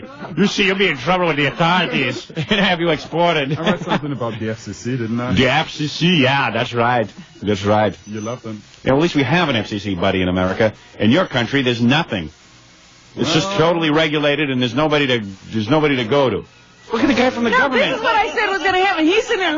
The guy from the government is waving his arms. No! Diplomacy! Diplomacy! It's a German. What, are they going to declare war again? Yeah, who's he, Chancellor? Is he Chancellor? What are they going to declare? We'll kick their ass again. Like we taught you in World War II, you guys got off too easy. You got off too damn easy. Should have fried all of your... Oh, boy. Well, you weren't born at that time. That's right. Forgive and forget. Maybe throw him in jail. Yeah. That's it. Yeah, you know. So you're here to learn about radio, huh? Well, a little bit. To learn about you. Hey, here's a little sound for you. Listen to this. Tell me what it is. Oh, Howard. Is that bacon or a Jewish banker? Huh? All right. Look at the guy from the government. He's like, he's sweating. He's sweating now. Sweating his I love it. He's going, I didn't know we were going to be serving bacon. We're going to ruin that suit. Well, you were the one who wanted to bring him here. No, actually, it's a pleasure to have you here, fellow broadcaster. What's your name? What's your name? Chris. Chris? Yes. Yeah, you gotta get rid of that speech impediment if you're gonna be on the radio. If you go Chris, you gotta Chris, that's your name. Spit it right out. Why would his parents name him Chris if he can't pronounce it properly? Obviously, it's from Christian, right? So if he says Chris, huh? Is that crisp? No. Oh, I think you meant from a World War II reference. But you got a nice... Your name is now Crisp. You got a nice German accent. Yes, I know. Well, I'm working on that. Well, as you know, my name is Howard Stern, which means star in German, as you know. Does it? That's true. That is correct. How come you know? That. Well, I just know that. You speak some German? Yes, I speak a little German. Really? Yeah. Well, that much. Let's have a conversation. I speak, oh, sure, I'll give you a few words. Getting Z out of here. Sick of you already. Wie geht es dir? Yeah. Now, what kind of radio do you Whatever. have over there? What? Who wants to bother learning German? I could see kind of learning Spanish because they're all over here. Yeah. But German, there's no reason to learn that. That's a dead language. That's right. That'll be... Thank you. You're welcome. But, the Spanish is very much alive. yeah, all right. So, in other words, well, what do you want to learn exactly? Well, I'm just looking around and how everything works, and, for example, what your job is, what you're doing, why the people like you. Right. Well, have you figured that out yet? I haven't. The guy from the government isn't too choked up with me. Wait, I just always wonder about this, because we always have people from other countries coming in here to look. To see. Yeah, because... We never go anywhere to look to see anything. Well, you want to mess up the show? What could you possibly learn over from German radio? Oh, God. But they don't listen. There's no sense in you coming to this show because in Germany they're not going to allow you to have a show like this. This country happens to be the greatest country in the world, my friend, because in this country we say what we feel. Am I right, sir, from the United States government? Am I correct? Wow. Sure, there are reverends who try to stop the process. Anthem for him? Just play that for him. There are reverends, my friend, who try to stop the process. We don't have a chancellor here. No, there's no chancellor, no head guy who sits and tells us what to do. No. You know who the chancellor of this show is? Me. That's right. Here we go. I tell myself what to do. I'm Chancellor Howard Stern. That is correct. That's right, Robin. Chancellor Stern. And she's the chancellor of the news. You see? We make our own chancellorship. Well, if I come back, I will declare myself as the chancellor of my show. That's right. And Fred is chancellor. Well, Fred doesn't do anything. But Fred is chancellor. Fred is chancellor of the cards. Yeah, chancellor of the cards. Of the cards. Jackie doesn't have a title. Right. Well, Jackie's almost out of here. He's chancellor of washed-up comedy clubs. Unemployment. Washed-up one-night stands. But anyway, no, Germany, of course, has come back, of course, after the war. And I guess you guys have, what, a radio station over there? Yeah, we have a radio What do you station. do? You play some music? Well, play some music, do some reports, have some news, do some jokes, have some humor. Mostly, it's like a over here you would call it a contemporary hit radio station. What we're doing. A zoo. Morning zoo. No, I didn't say a morning Jew. Zoo. Jew. Zoo. A morning Jew. What? Oh, well. No, that's all for me, you know. I know, that's all. Okay. Yes. There you go. I know what you're saying. I know what you're saying. Good. Well, anyway. See? I'm making friends this morning. Oh, Robin. I see, yes, as usual. Get the government dude 4 or 5 sandwiches. He'll be happy. All right, listen, what? Is this like a government exchange program? Yeah, what is the what is this government guy doing with you? In fact, you guys are paying for my trip. So it's your tax money I'm spending. Well, that the government is paying, we're paying so that you could be flown in to look at our radio station. Exactly. You want to explain that to the taxpayers, sir? So, well, what you're doing is, I mean, it's you're exporting your radio system, maybe. You're influencing the world. Can you say that? In who? No, he speaks pretty good English. You're bringing the American radio all over the world. Influencing. So, influencing. Yeah, Okay. Yeah, right. Influencing. That's what I want to say. Yeah. Well, it's kind of interesting that the government is using my show as an example. What is this? What not to do? Yeah, right. Is this what not to do or what to do? I don't understand. What to do? It's an excellent program. Yeah, thank you. He told me I had to do that. When I'm coming back, I have to do that. Well, the government thinks it's an excellent program. Well, good. What part of the government are you in again? Yeah. USIA. What is it? Could you get close to the microphone? United States Information Agency. I just came along to give this gentleman a hand. He's from a radio station that broadcasts to East Germany as well as West Germany, to the young population over there. Why bother? Well, go ahead. Imagine these two guys hanging around together. You haven't got much information, Mr. Yeah. Information. do I have to? What do I have to say now? Why do you broadcast to East Germany as well? Listen, Sauerbraten breath. You better get with this program. Let me explain to you how Germany looks like. You know that we got that nice little wall in the middle of Germany. And right in the middle of So what you do is annoy the East Germans with your broadcast. Exactly. Yeah, I something see. like that. No. Oh, and that's going to end the system, like it's going to bring freedom or something? What's the deal? East Germany? You want to make the radio so irritating that they knock down the wall? Yeah, right. Or bucks the wall down. No, but really, you have to imagine. I mean, you guys had any balls, you go over there. If you guys had any balls, you're such Huns, go over there, jump over the wall, and kick the crap out of those people. Let me say one thing. Bunch of worms over there. I swear to God. Oh, the Americans are ready to fight with the... Oh, they team up with the Nips, and right away they're ready to come over and kill us, but they can't knock down a wall and kick some ass. A few Russians build a wall, Yeah. they leave it. Okay, here's their plan. All of a sudden, what happened to the German Hun mentality? All of a sudden, well, I know, we'll broadcast into there, and then they will come around to our way of life. In the old days, you'd kick ass. No, what on happened us. to that? Oh, their own people, they won't kick ass on. You know, the whole fatherland, motherland thing. Deutschland. Yeah, Deutschland. Look at this guy, boy. Oh. With the blonde hair and the blue eyes. Oh, my God. This guy's perfect. He'd have been an officer. Oh, you would have been. Do you realize if you guys had You haven't seen my eyes, but she's talking... He's a good-looking guy. I mean, Hitler would have been like out of his mind, you know? Yeah. He'd be like, Give yeah, him a perfect. medal. Let's put him in Born. let's put him in movies. Let's not waste him on radio. Look at that nose. Yeah, look, it is perfect. It is flat and straight. Let's make a bust of him. Yes. Recruit him up.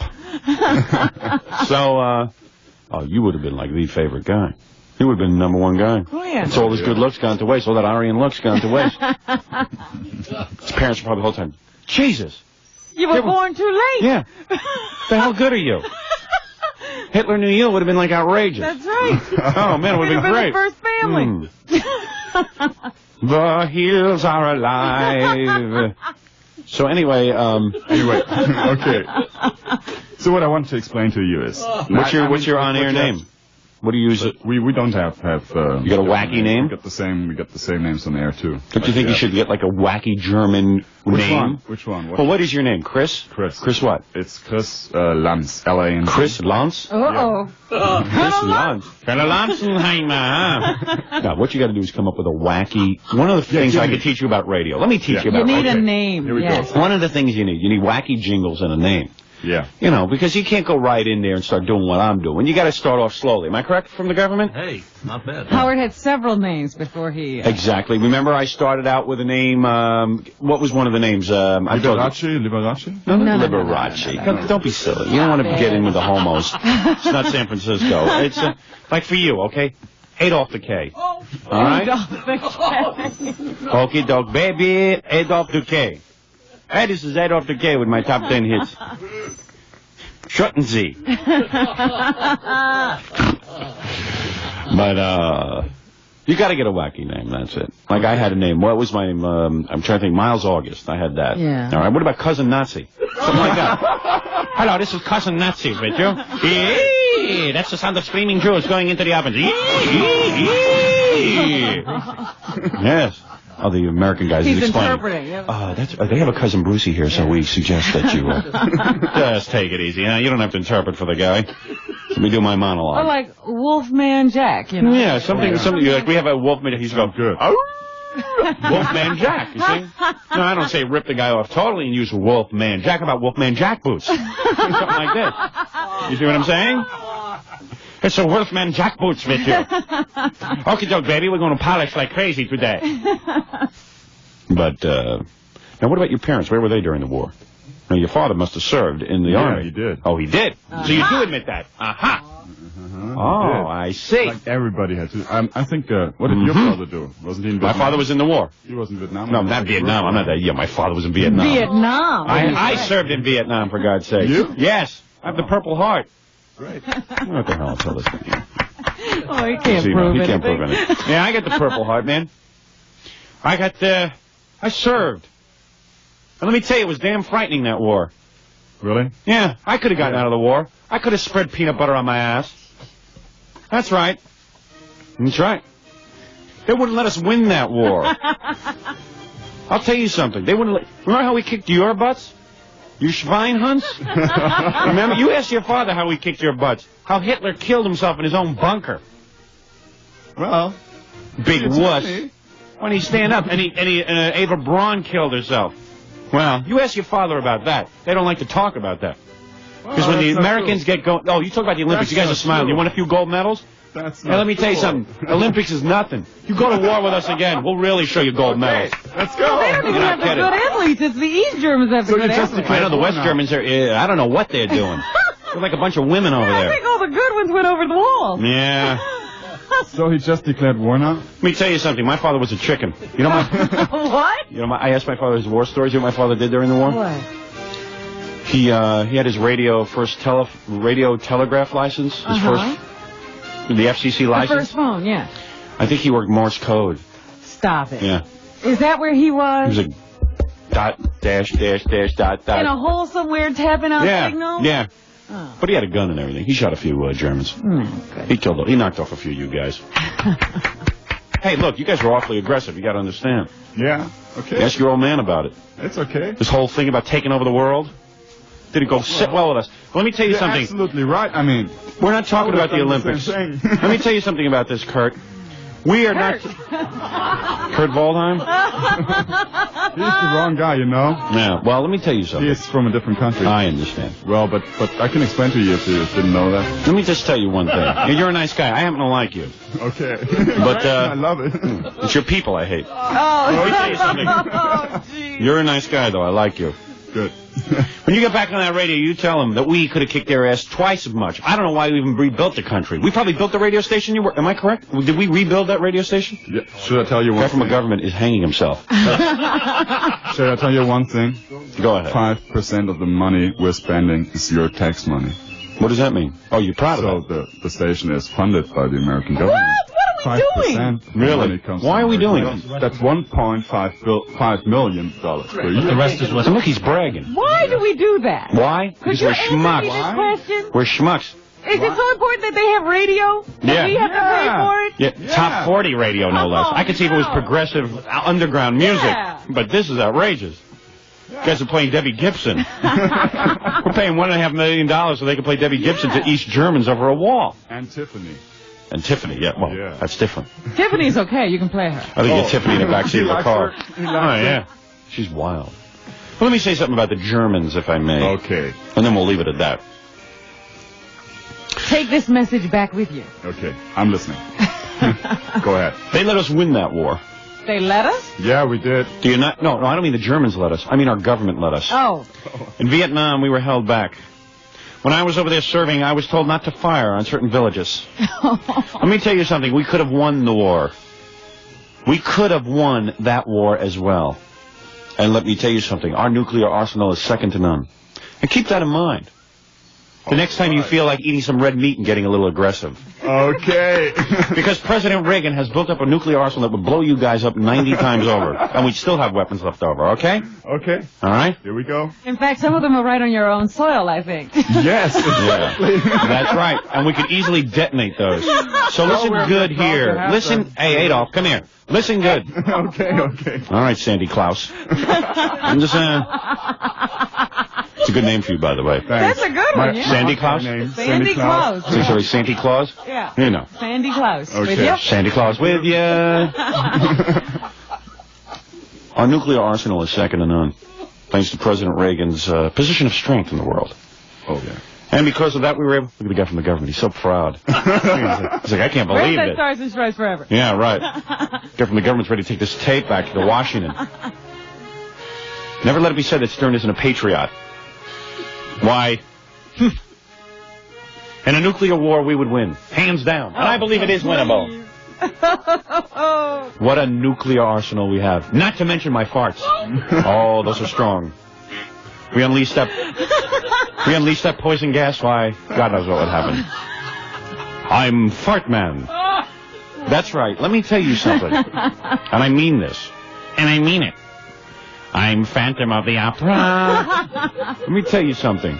My friend, my German friend, my Germanic He's probably friend. sitting there saying, they let crazy people on the air in America.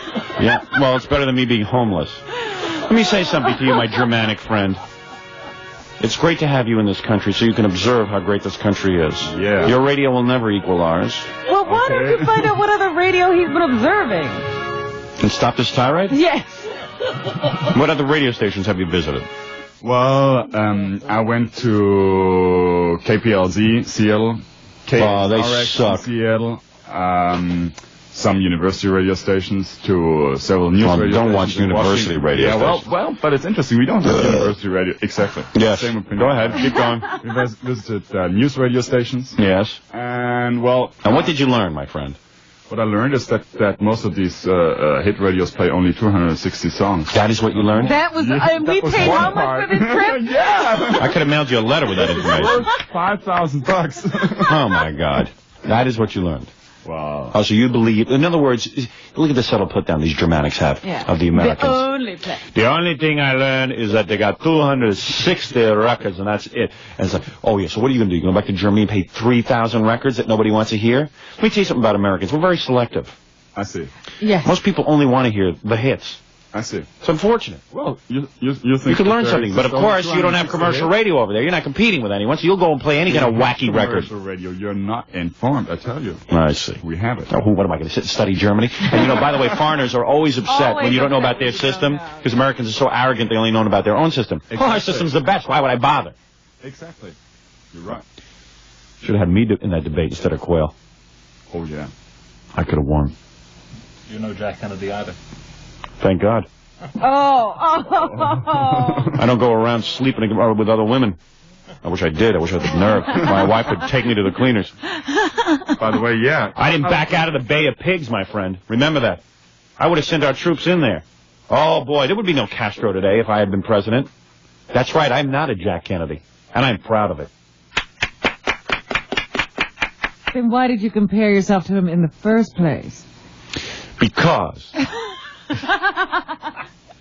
Hey, you know, I would like to ask you one question. All right. You got the election coming up. So what do you think about Mr. Dukakis and Mr. Bush? How dare you even ask me that? You got a nerve, pal. At least we have a free election here. We don't vote for chancellor. Here we go again. That's right. What is that whole thing, chancellor? I picture a guy in a helmet with that big spike coming out on the middle of it. Helmet, yeah. Helmet. Because they walk around with helmets. Do me a favor, disband your army. Do you guys have an army? Yeah, we have one. Why are they allowed to have an army? Well, because we want them to watch our missiles. Oh, all right. At least you're watching our missiles. Here we go, yeah. Mr. Reagan's missiles. Good. It's ironic that their army's a bunch of babysitters. Well, here's something that you can learn. Commercials are the greatest thing about America. I learned that already, yeah. What sponsors do you have? Wait a minute. Is this the only personality radio they took him to? I believe so. Yeah. Because he'll come back like a mental patient. They'll lock him up in one of those German prisons. You know that anybody, anywhere where I went, in Seattle, in Washington, New Orleans, told me, you're going to Howard Stern's show, well, watch out. Watch out, yes. Well, they were right. What sponsors you got over there on your station? Dial a rifle? Oh. You need a rifle? 2 hours? You spot a Jew? Oh, yeah, I know what's going on over there. Got any black people in Germany? Yeah. Oh, you do? Imports. How did that happen? Correct. Americans who go over there because it's nicer when they play jazz. They listen. That's it. And Jamaican people, too. Jamaican? People, Jamaican? Yeah. Jamaican. Whatever. You say Jamaican, we say Jamaican. Okay. Well, Do we have a stereo play like Crazy Heinrichs or something? Huh? All right, listen, we got to take a break. When we take a break, we'll come back and say goodbye to our German friend. All right. And if he has any final questions, any questions about radio, and I want to compliment the United States government. Why? Because I wanted them off my ass. All right, we'll be back right after these words. 92.3 KROC WYSP, and don't forget to go to Engine City Technical Institute, Robin. You know... What'd you say? Engine City? Engine City Technical Institute. You know, so many people... I don't know what it's like in Germany, but I bet you if you're a diesel mechanic in Germany, that's a very prestigious job. Diesel, yes. Diesel fuel. They invented that. Yeah. Don't you guys have a problem, though, with, like, fuel and stuff? Oh. Like you can't. Like, doesn't it cost like $10 for a gallon of gasoline? It's about $4 for a gallon. Why bother? Yeah, they have to carpool to work. Oh God, I'd hate to work there. Yeah. That Autobahn, you know, is a mess anyway. Yeah, it's real mess. I love it. I love the Autobahn. They sit on the Autobahn, look, stare at each other, and try and guess who's Jewish. You know what's interesting is that it costs $4 a gallon of gas, and they're still flying all around at 90 miles an hour. Oh yeah. Because our cars don't use so much fuel like yours. All right, take it easy, will you? Don't even try to get into a comparison situation with the United States. I mean, listen, don't get into a comparison situation with the United States. I really love German cars. All right. Well, okay. You would. Declaration. That's good for you to feel that way. Okay, thank you. I'm proud of him. We'll see how long before he defects to the United States, this kid. You know what, I asked him what his job title was over in Germany? Yeah. He is the head marshal of programming. He's a marshal of programming. They got like a military term for a guy who works at a radio station. You know, they haven't forgotten. What are you... deputy. He's deputy of programming. I'm the deputy. Deputize me. Yeah, deputize me. He wears a badge. Oh, man. You circumcised? Look, you told us everything else. Yeah. I'm curious. But I didn't understand you, sir. Are you circumcised? You know, your foreskin. See, they don't even know over there. They won't do anything Well, like he certainly wouldn't have a breast. That's one thing for sure. that. Yeah, right. Do you... On your ween. Do you have a foreskin? No. Yeah. Do you have a helmet? Do you have a helmet? You know what I mean. Did they do a little operation down there when you were a baby? No. Everything is intact? Intact. Yeah, intact. Yeah, figures. Yeah. Yours is a little bit small, I heard. Yeah, right. You're real clean. I heard him. There's no reason to bring that up. Yeah, there's no reason to bring up the size of mine. It has nothing to do with size, pal. Oh, man. Just because you're a young, good-looking man is no reason to bring that Yeah, but don't forget, his nickname is Cheese Shorts back in Germany, all right? In this country, most of our people are circumcised because we like to be clean, fresh for our women and our fresh goats. As a daisy. Fresh as a daisy. We like to be fresh as a daisy. I see. How many showers do you take a day? 12. 12 showers. Well, Yeah. it's because he's not circumcised. All right, anyway. Cold ones. All right, Klaus, take it easy. Now, listen. Well, wait a minute. Didn't we hear... there is a rumor going around that the Germans aren't good lovers. Oh, yeah, I can imagine. To smash your head up against the bedboard. And, all right, let me just talk about diesel mechanics, all right? Can't talk to you all day. Why do they come in and try to take over the show? I know. He doesn't get to talk this much in his country. Oh, no. Oh, in that country, forget about it. All right, here's another record. Anyway, there is an extreme shortage in this country of diesel mechanics. And I want to know what kind of training you need to have a job where you take around disc jockeys. Oh, he probably had to have a college education. You got a college education? No. Definitely. No? Sure. Yeah? He? Yeah, him. The guy from the government. Yeah. Anyway, let me just point out to you that there Probably are... majored in political science. Or Did you? Thermonuclear politics. What'd you major in? Pre-med. Pre-med. Oh, this is perfect. I hated chemistry, though. I see. Yeah, another guy who could have been a doctor. Okay, now listen. Another guy who would have pulled out my pants during an insurance exam to check me for hernia. Oh, boy. With rusty instruments. A lot of homosexuals over in Germany, Klaus? Yeah, some. Mm-hmm. Uh-huh. They have their fair share. Do they invade your colon like Poland? Oh. All right. Okay. All right. Diesel mechanics are incredible. Diesel mechanics are incredible because it is a very prestigious job. Now, a lot of people, you see like this guy here from the government, oh, I want to be a doctor, right? Yeah. Oh, everyone wants to be a doctor. Like, that's some great kind of job. When we socialize medicine, I don't think... It's not going to be so good. It's not going to be so good. Now, what do you do? What do you work for the government? What are you making, $15,000 a year doing this? Dragging disc jockeys around? What are you, GS what? What are you, GS what? I'm not GS, I'm on contract with the government. You're under contract? Yeah, I'm an independent contractor. Oh, you are? Oh, so you do admit to that? Definitely. I see. Under oath. Okay. So he's not a GS anything? No. But he couldn't be getting that much for dragging disc jockeys. I mean, disc jockeys don't get any money. God forbid a guy who drags disc jockeys around from radio station to radio station. They're good perks, though. All right. I got to meet interesting people like you. Get to hang around with uncircumcised guys. All right, now listen to me. And listen good. The best thing to become in this country is a diesel mechanic. You know why this is a great life? I'm going to tell you why. You go to work a couple hours, take a long lunch. And go home. Go home. unless your home life's like mine, that could be an unbelievably attractive job. And you make like, what, $40 an hour or something? Sure. I mean, you make big money. In Deutschmarks, that's like $9 billion an hour. And I'll tell you something, that is a great life. And you go home, you don't worry about your job. That's a beautiful life. Yeah, you don't wake up and go, oh, Jesus, what am I going to do on the air tomorrow? In the middle of the night in a sweat, like I do. Just like Jackie said, if you want to do something you love, if you want to be happy, don't do something you love for a living. Did he say that? Glad to leave, yes. What, did you go to the Jerry Lewis School of quotes? I'm the luckiest man in the world to have friends in show business. That's actually Burf's quote. All right. Now, and again, we don't know who Burf is. You might as well take credit for it, Jackie. Right. Okay. Nobody's going to write on the wall, Burf said. Jackie's afraid his friends at home will be upset that he took credit for this. Yeah. Okay. Anyway, Engine City Tech will help you to find a job upon completion of the course. Do you have anything like this in Germany? I think so, yeah. Must be. Must be. You have technical schools? You have a technical school? For sure. Oh, you do? Well, I don't know. Well, diesel mechanic. Instead of studying this country, why don't you go home and study your own country? You don't know. That's a pretty simple question. Call Engine City Technical Institute. We have everything in our country. We have it all. Call Engine City. Why do you think you lost the war, huh? Why do you think you lost the war, huh? Well, you came in. I mean, your dad? We kicked your ass. Your dad came over. That's right. My dad broke the code. He broke the Morse code over there. All right. Call Engine City Technical Institute, 201-964-1450. Enroll now. Classes start October 27th and also in January. Enroll now. Engine City Tech, the key to your future, of course. Yes. Be a diesel mechanic. I want to thank Gunther for coming by from Germany today.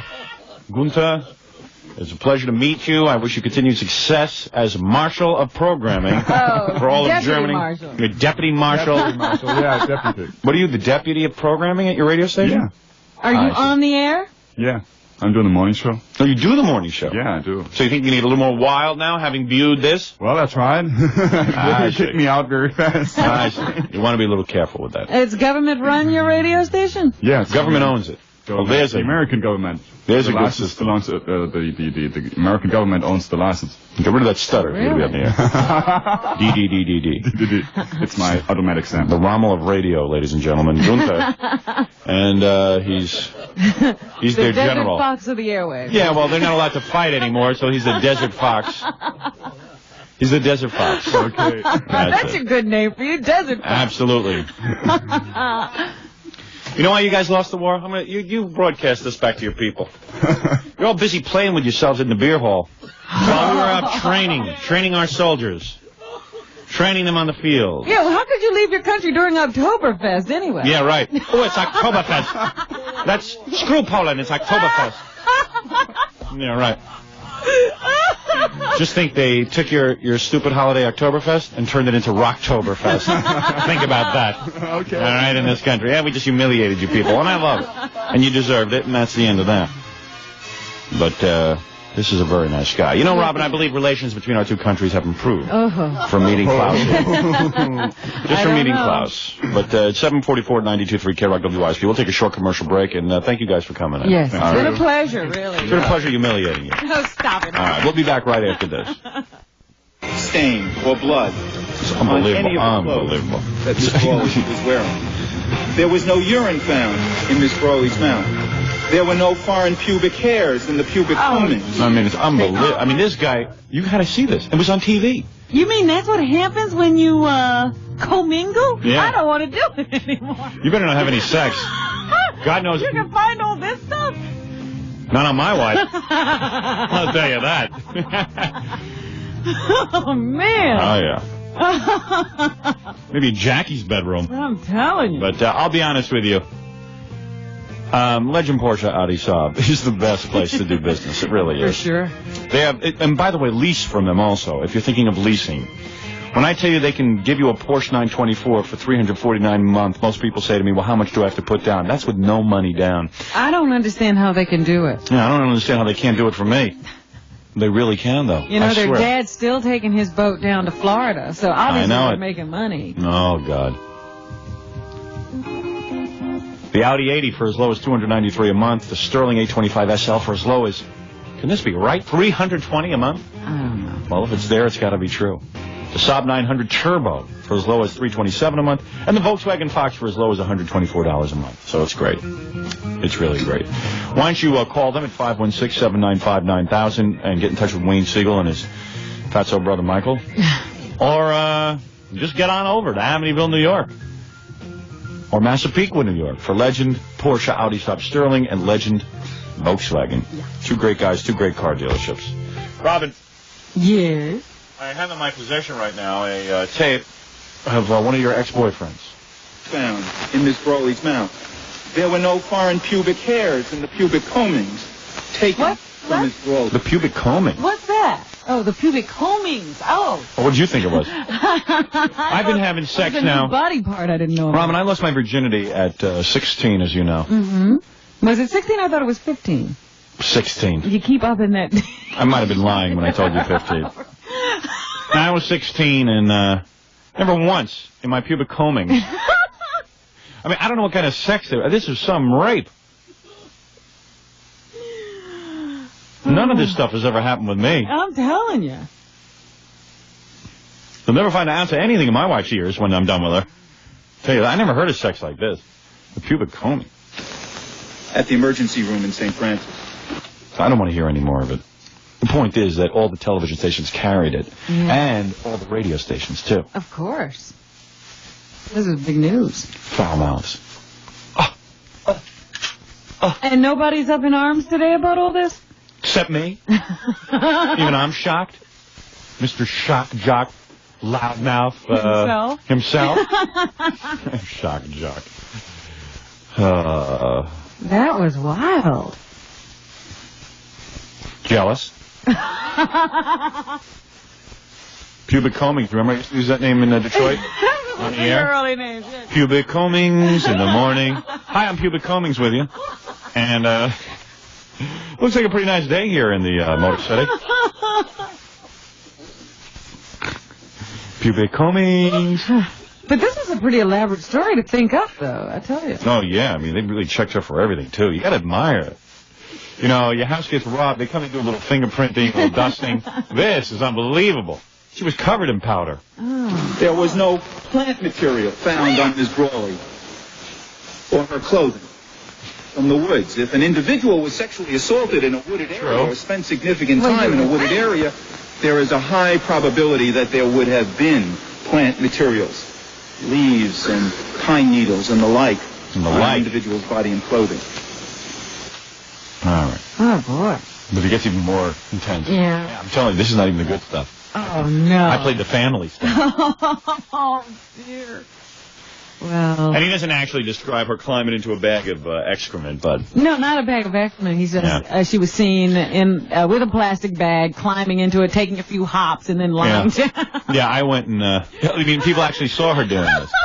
That's some case. Oh, I tell you. 9 past 9 o'clock at 92.3 KROC WYSP. What else is in the news, Rob? Well, Howard, a 51-year-old Manhattan millionaire has been indicted on 33 counts of sodomy and sexual abuse against 5 Harlem boys. How old were the boys, Robin? Between 9 and 6, or 6 and 16, I think the age is. That was the age range. Mm-hmm. This man apparently used to. His name was William Barnes Hunt. And he was very wealthy and lived in Manhattan, owned his own company, apparently has a pedigree, you know, one of these high society guys. Oh, pedigree for your toes? That's pedicure. I see. And he would take a car into Harlem. This was his usual haunt. Apparently he was into young black boys. Oh, Robin, this is terrible. I mean, no, seriously. I mean, this is the most despicable thing. I understand from his pubic combings they found bubblegum. I mean... I'm doing an investigation of my own. And apparently what he used to do on a regular basis was drive up to Harlem, and he used to carry a black Scottish Terrier with him. I see. And candy and junk like that. That does work. If you're looking at how to pick up boys, yes. Yeah. How do you pick up a 14 or a 9-year-old boy in Harlem? You take along a black Scottish Terrier. I heard he also would pose as a social worker type. Yeah, he was trying to get the boys off the street. He was counseling them. You know how I get young black boys? I just go down to Harlem and pretend to be that guy Percy Roth, the guy who gives away his money. What's his name? That guy in the paper? Percy Roth. Percy Roth, yeah. I'd like to give you some money. Well, and he would give the family grants and pay their phone bills and electric bills and stuff like that. Oh, yeah? Yeah, after he recruited the boys, he would become a benefactor to the family. Meanwhile, he'd take them into his car or into his apartment, take pictures of them, sodomize them, have fun, and then let them go again. Have fun. Yeah. I mean, they play some games and stuff. Well, he was playing games. I don't know what the poor kids were doing. Even the neighbors in his co-op. You know how those co-op boards are so stringent? Yes. Yeah, they won't let me into a co-op, by the way. They will not allow Howard Stern into a building. Well, this guy was in a co-op. Of course. He probably sat on the committee. Oh, man. I mean, he should have been suspicious when he French kissed a few of the co-op founding fathers, Well, they said they wanted him out for several years, and they frequently called the cops because the young boys constantly came in and out of the building. I see. But they said they were nice boys, well behaved. But they were black. And they're not supposed to be They would that. hold the door open for you. But some of these people said they felt terrible for them because they probably knew what was going on, but they never reported any of this. Anyway, it all came to light when a man in the neighborhood saw some kid he knew being taken into this guy's car, and the guy was driving him out of the neighborhood. The guy stopped him and asked, and he said, well, I'm trying to help him find his mother. Yeah. And the guy says, well, you're taking him away from the neighborhood. His mother lives here, you idiot. Yeah. So that's how it all came to light. And then once the police started investigating, they said, I think we got more than one incident going on here. And they started to investigate, and they found 5 so far. Wow. And they think a lot more are going to show up. They want people to call if they know anything about this. The kids who have been identified are now being tested for sexually transmitted diseases, including AIDS, according to the district attorney's office. So, and his family, of course, paid the bail and then rushed him into a psychiatric facility. And where the hell the parents of these kids were the whole time this is going on, that they never even got suspicious. We're talking Harlem, Howard. I know. What do you? Oh, so you're saying parents in Harlem don't? No, I'm talking. You got 2 job families or a single parent family. Mom's at work all day. Some guy comes along, tells you he's a social worker, and he pays your electric bill. You say, "Oh, what a nice guy." You do? Oh. Sorry, I don't accept that explanation. That seems reasonable to me. I see. But anyway, that's what's happening. So this guy's now in a facility being taken care of. One question. Where are they auctioning off his little black book? Because I need a date. Now stop that. That guy ought to fry. They just ought to take... You know what they'll do? They'll keep him in a psychiatric clinic because he's rich and everything. But what do they ought to Yeah, do? his family will protect him. The police should just give him a, They should just have the trial right in the police station. Not even bother with dragging him into court and just take him and fry him into the chair or something. That's all. That's all. He's despicable. And if he goes to prison, that's they call Chicken Man. Chicken Man. Hey, Chicken Man. Here, Chicken Man. You see, they're Chicken gonna take Hawk or something. Who the hell knows? You make this stuff up? I watch prison movies. What do I know? Chicken Hawk. Chicken Hawk. Yeah. Oh man. Oh man. Never mind the chair. Just plug his fingers right into the socket. The chair's too good for him, Robin. That's it. All right, what else is in the news? The opening of the new John Lennon movie, Imagine. Oh, I'm too busy. A movie in which you actually get to see John and Yoko make love. Oh, wow. I really have to see that. Now, there's something I want to see. Well, it's gotten some... How about I stay home and watch myself make love? Good reviews. Apparently, they had something like 200 hours of film footage to go through to make this documentary. And lots of interviews with John, so John even acts as his own narrator of his own documentary. Unbelievable. And set a camera on him every minute of his life. Well, yeah, either Yoko or John would be holding the camera themselves, or they hired cameramen to follow them around. I got to start doing that. I was going to say, it sounds like a pretty good idea. Yeah, sounds like fun. At least you have somebody to talk to when you get bored with your wife. It encourages you to think up things to do because there's a camera there. What else is Makes going on, life Robin? more interesting. And Bess Meyerson, of course, is on trial for supposedly bribing a judge to get her boyfriend's alimony payments reduced. And yesterday, Judge Hortense Gable's legal assistant got on the stand and said Mrs. Robinson used to call, or Mrs. Goodman used to call all the time when the Andrew Capazzo trial was going on. And he finally said, who is this Miss Robinson, this Miss Goodman who's calling you constantly? And Hortense just said, oh, it's Bess Meyerson. So much for undercover. Yeah, what is she doing that for if Hortense is going to just tell everybody who it is? But apparently she kept in close contact under these assumed names all that time. And then the legal assistant said, well, then she came back and she slashed Andy Capazzo's award to the wife during the divorce hearing. And he said, well, why did you do that? She says, well, I think maybe we've been a little too generous with Mr. Capazzo's money during all of this. And then she came back and slashed it again. And the guy said, well, wait a minute, what are you doing, Hortense? And she said, I'll take care of this one myself, thank you. Yeah, she's angry. Her name is Hortense. She walks with a limp and has an eye patch. Yeah, and then one day she came out of the office all smiles and said, oh, Sue Creek just got a job in the Cultural Affairs Department. Wow. So that was the first witness in this case. Plug her finger right into the socket. The chair's too good for her. All right, 9:16. In Washington, you've never even heard us contact Elvis. That's coming up. Coming up. Are we doing more news? There's one more story One more about story. some nuns I want to tell you about. Oh, good. Yeah. One more story in a year from now. But let's say the day comes that we decide to move. You notice how I try to find a hook? All the time. I try to find something to talk about. Always searching. Always searching. Anyway, where was I? Yes. When we decide to move. When we decide to move, all of a sudden the name Move and Roselli. Move, Roselli. Move equals Roselli. Should pop into our minds. Why? I'll give you 3. I'll give you 5 good reasons. You want 5 good reasons? 5 reasons I'm counting. All right, you count. You say number 1. Number 1. Number 1. What number are we up to? Number 1. Number 1. Oh, man, I'm exhausted. How many different ways can I say 4 free wardrobe boxes? You try it sometime. Anybody who says I make too much money. All right, here we go. Number 1. Number 1. All right, we're up to number 1. 4 free wardrobe boxes with the move the day of the move. Wow, okay. Right. 2. Number 2. Roselli really cares about the move because his name is on the trucks. All right. Number 3. Number 3, they have trucks. Well. Stop it. All right, how many reasons you got so far? You have 2. No, 3. They have trucks. No. Howard. There's a lot of moving companies that will deceive you. They put your stuff in a car. All right, and number... I don't know if I can get you number 3 on please, that. help me out. Come on. All right, number 4. Number 4, they sweat. No, that's not... All right, start again. What was number 1? Number 1 was the 4 free wardrobe box. And number 2 was what? Number 2 was that his name is on the truck. All right, number 3 was what? That he has truck. That he has truck. Number 4, they're usually careful with your stuff. All right, so there you have 4 good reasons. Stop it. Well, come on. Dial 718-ROSELLI.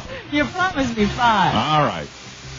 All right, start again. What was number 1? 4 free wardrobe boxes. 4 free wardrobe boxes. Number 2? Number 2, his name is on the truck. Name is on the truck. Number 3? Number 3, he has trucks. And number 4? If they break something, they hide the pieces. All right? That's what they did to me.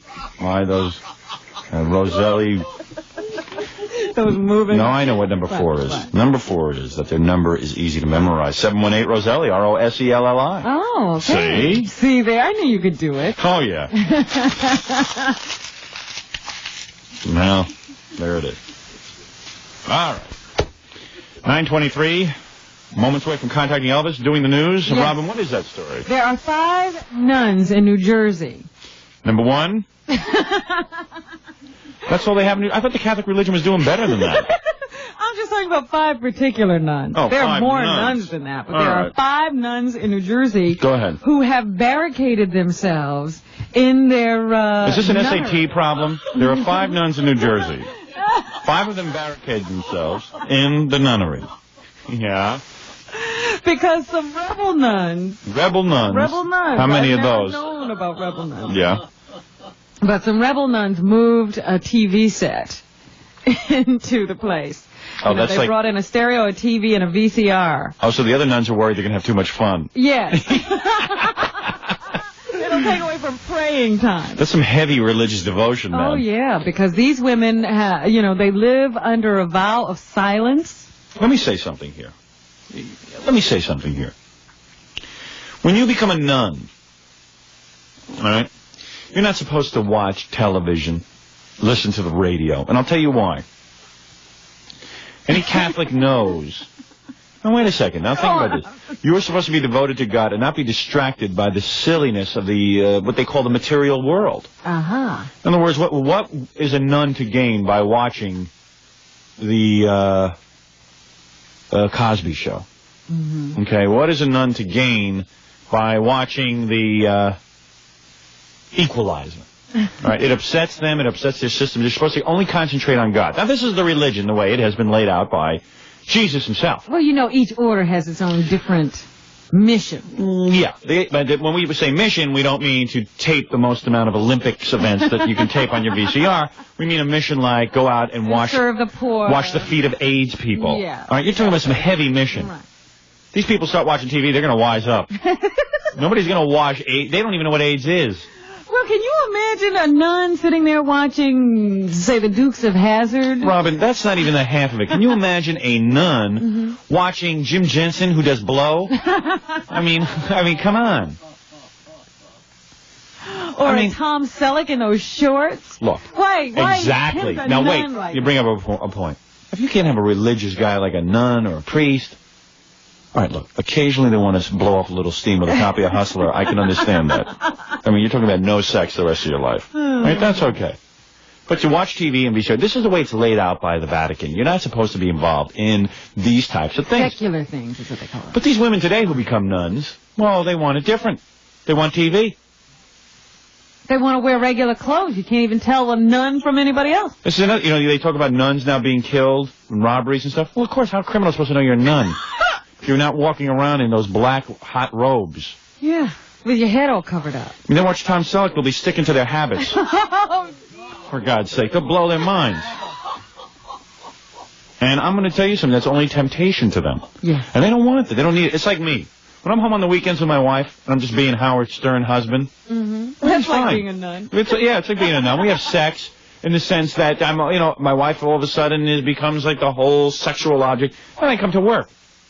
You got every little chippy here throwing herself at me. Because they want to be with a guy on the radio. If the guy might still be worth something after my wife gets half. So, you know what I mean? So, oh dear. Yeah, that's what's going on. That's like being, so I get distracted when I come to work because there's so much stimuli. Mm-hmm. Why, at home, I don't even put on the TV. I try to keep it off on the weekends. Yeah, I watch football and stuff like that. Yeah, but that's okay. The nuns can do that, are you saying? Yeah, they could watch football. That's okay. I don't know. But you know what it is? Everybody wants to now. Everyone wants to be a nun, but they want to have sex. Yeah, they want to get married. They want to get married. Have children. You want to do that? Don't become a nun, and don't be a Christian. Everybody wants to change the religion because we got it too damn good in this country. Everybody wants everything. They want the cake and they want to eat it too. Well, you just can't have it. You just can't change religion because it's not convenient. Well, all these 5 nuns want is for things to go back the way they are. They say some liberal Mother Superior came in and wanted to change everything. Wanted to change the channel on the TV set. So they want things to go back the way they are. You know, they keep themselves away. Their whole mission is to pray. Want to go to Iran and marry some of their men. No. These women don't want to marry. They want to pray for the church, for the world, and for the Pope. And they only speak to the public. Anybody who's not in the order, they only speak to them through a grill. A grill? A grill. I mean, like they talk through a grill? Yeah. And they don't want television. They say that takes time away from that would be better spent in prayer. So they're hoping they're going to keep themselves holed up in this nunnery with plenty of food until they hear from the Pope. So. Oh yeah, the Pope is going to dig them. Oh, forget about it. Pope's going to go nuts with them. He loves them. And that's the Pope. And the Pope's right. Spiritual life revolves around prayer. You know, a lot of people call this Pope like a real ball buster in the sense that he's holding on to the contraception and everything. But that is the religion. You know, that's it. But most Catholics don't like their own religion. They don't want to face up to it. Well, it was very interesting because I know he issued a new encyclical or whatever they call it, papal paper, on the role of women. And he says women are completely equal. Yeah. They just shouldn't be priests. That's right. And he's right. And I'm going to tell you something. It's the same with the Jews. They're another bunch of upstarts. They got now 3 different kinds of Jews. Yes. Now, how many kinds of... Well, wait. There's Reform. Yeah. There's 4 I can count now. Yeah. Number 1. What is number 1? Okay. Here we go again. Reform Jews. Reform. They're number 1. Those are Christians. Those are ones that don't even want to wear yarmulkes. Now, you're a Jew. How are you supposed to know another Jew if he doesn't wear a yarmulke? Okay. Number 2 is conservatives. Conservative. They generally vote for George Bush, and they will read the Bible and look at the holy scriptures, but they get fed up to a point with Hebrew, and then they decide they're going to just do everything in English. I see. Why should we do it in Hebrew? Nobody understands it. Because that's what you're supposed to do. Then there's number... But there's no head Jew like the Pope. There is a head Jew. Is there? Yeah. Who is that? Big Al from Great Sound. but in all seriousness, let me... Go on. No, now, how many Jews did I mention? I got Reformed and Conservative so far. That's 2. So you need group number 3. Number 3, Jews that work on Columbus Day. No, and by the way, there are Jews that don't even fast on their high holy days. You're kidding. Yeah, they eat food. It's no, I'm not going to starve my body. God, they create the rules. They go, well, if it was really a God would not want us to starve our bodies. Well, those people aren't Jewish. Right. They're not Jews, but they can't accept the religion, so they're going to change it. Then you got, I got 5 groups now. Jews for Jesus. Yes, now listen to this group. Jews for Jesus. Jews for Jesus. This is a Jew who badly wants to fit in with the Christians. And this is a Jew who sits at services every Saturday and says, nobody is paying attention to me. The guy with all the money over there, he gets to sit up there with the rabbi. There's the lady from the PTA, she gets to sit up over there with the rabbi. And I'm just sitting here reading from a book, and I'm a Jew, and I'm going to take over. All right. So 2 seconds later, he's handing out pamphlets to say he's for Jesus, but he's still a Jew, and he wants to come to services. Okay. Now, what kind of Jew is that? I don't know. That's a Jew that's like, there's no Jesus. That's all. Then you have... All right, that's 3. That's 5. Wait a minute. You've got Reformed, Conservative, and Jews for Jesus. That's all you've mentioned so far. What about the Columbus Day Jews? Oh, you're not counting that. No. Okay, fine. Now, what about the Jews who are called what they call Orthodox? Orthodox. Okay. These are the Jews that put the women up in the balcony and the men sit on the floor, and it's a whole thing. It's a whole thing. Then They're different from the Conservatives. They're different from the Conservatives. Okay. And then you got Hasidim. Oh. Which is what? Which is, you have to go up to Monticello every summer and walk around in hot black clothing. And they hate all the other Jews. And they hate Israel. They don't believe in Israel. Now, who's to say what a Jew is anymore? There's got to be one universal thing that at least ties you together, like a yarmulke. What is it? What is the thread that runs through here? What is the thread that runs through all Jews? Yeah. What is the one thing that keeps them together? Yeah. Nothing. You see what I'm saying? Oh, dear. Now, the final group of Jews... Oh, there's 6. Yes, there is. I told you there were 6. Are Jews that sell windows and annoy broadcasters. And have a box for the Met game, and I don't get invited. They invite that idiot Gary to sit in the box and watch the Met game. On a day you should be working. Yeah, that fat jackasses Jan and Craig who have tickets for the Met game and don't invite Stern to the game when I do their commercials. Well, all right. That's neither here nor there. All right. That's neither here nor there. No. And I, unfortunately, do not know the commissioner, as Robin does. You'll be in the box with the commissioner. Or will the commissioner be in your box? You'll be in the commissioner's box. You will be in the commissioner's box. Yeah. Anyway, it is 9:34 at 92.3 K-Rock and WYSP. But I will be at Roosevelt Field this weekend. Well, aren't you lucky? On Saturday, I will be selling videotapes at the Record World. I wonder who will get more people. I was just reading that they have this new display set up to help people decorate their homes. Where, at Record World? At Roosevelt Field. So I'm wondering who will attract more attention, you or the home decorating show. Yeah, that could be rough. Tough competition. Is that going to be going on there? Yeah. Oh, man. All right, it's 9:34. Want to contact Elvis next? Yes, please. All right. Get us out of this religious stuff. And those nuns in New Jersey got too much free time. They've got nothing but free time. They don't even serve the poor. All they do is sit and pray. Yeah. But it's really helping. Things are going great. It's so much better. Yeah. All I know is the summers are getting hotter. All right, we'll be back right after these words. I was thinking at NBC when they sign off today and they do that retrospective, they should play Das Love Boot the bit that they threw off the air. Well, a couple of them. Virgin Mary Kong. Virgin Mary Kong, the one I got suspended for, then into Das Love Boot. Yeah. And then, Gary's got that whole script memorized. I can't find a tape of that for the life of me. You know what? I'm trying to build like a little area for my tapes, and what I'll do is I'm going to file all of them. And once I do that, I'll find Das Love Boot. Okay. Because it's got to be on one of the tapes, doesn't it, Fred? I mean, it's somewhere. It's definitely on a cassette.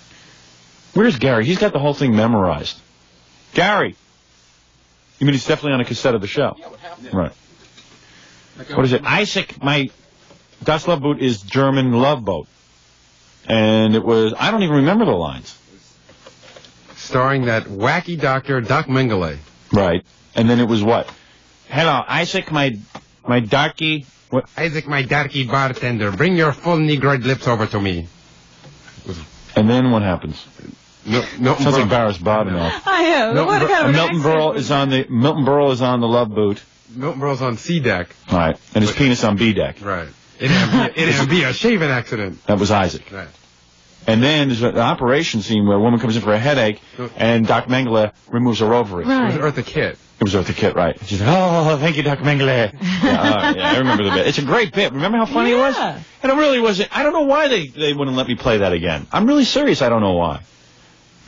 It was a bunch of Germans during World War II who had a love boat. Yeah. Das Love Boot. Yeah, forget it. And then you even had like a theme song. They used to knock stuff off just to get under my skin. Yeah, you know? for no apparent reason. What was the theme song? Love. It was like Fred singing in that Germanic thing? No. In a really just bad like Las Vegas thing, you know. It's Love Boat. Come on in and have your ovaries removed. Yeah, it was Das Love Boot. It was good. It was really funny. I mean, it was maybe one of the best bits we ever did. Yeah, we got to play it once. One time. And it's so good, and I will find it. Yeah. Because I'll play it here. But you don't have Virgin Mary Kong. They took that, and they took that, and they took the tape of the show that day so that it would never exist, and they ripped up the script. Yeah. But I think I have a script of They it. really destroyed that one. I could recreate it. Yeah. Because I never even got to hear that. Hey, Virgin Mary Kong I had done in Washington, and I just brought it over, the concept, to New York. You had? Yeah. But it was just like they were so uptight at NBC. And I'm telling you, it wasn't that bad. It was I used to do a thing, God Weather Forecast. And Virgin Mary, he had this game. God invented a game called Virgin Mary Kong. Right. And what happened was you put a quarter in the machine, and God's playing Virgin Mary going through a singles bar, and one of the guys nails her. Right. And the object of the game is to keep her away from the singles. Right. Which I don't think was so damn offensive in the first place. No, me neither, boss. No. It wasn't like we were saying the Virgin Mary went out and had sex. It was a game. She was running. All right. It wasn't like she was looking for it. Yeah, right. There you go. Although she was wearing seductive clothing. There's a difference. Yeah. It wasn't like she was looking for it. But the thing is that... Oh, who knows if she was looking for it. All right, I admit buying the KY was strong. But I could have edited that part out and still continued with the bit. But you know what it was? Dom Fioravanti, being the strong Italian Catholic that he is, yes, he couldn't allow something like that on the air. So he suspended me, which was totally ludicrous because he came in and suspended me, and he could have let me stay home and suspended me. Right. I had to come in to be suspended to just go home again on the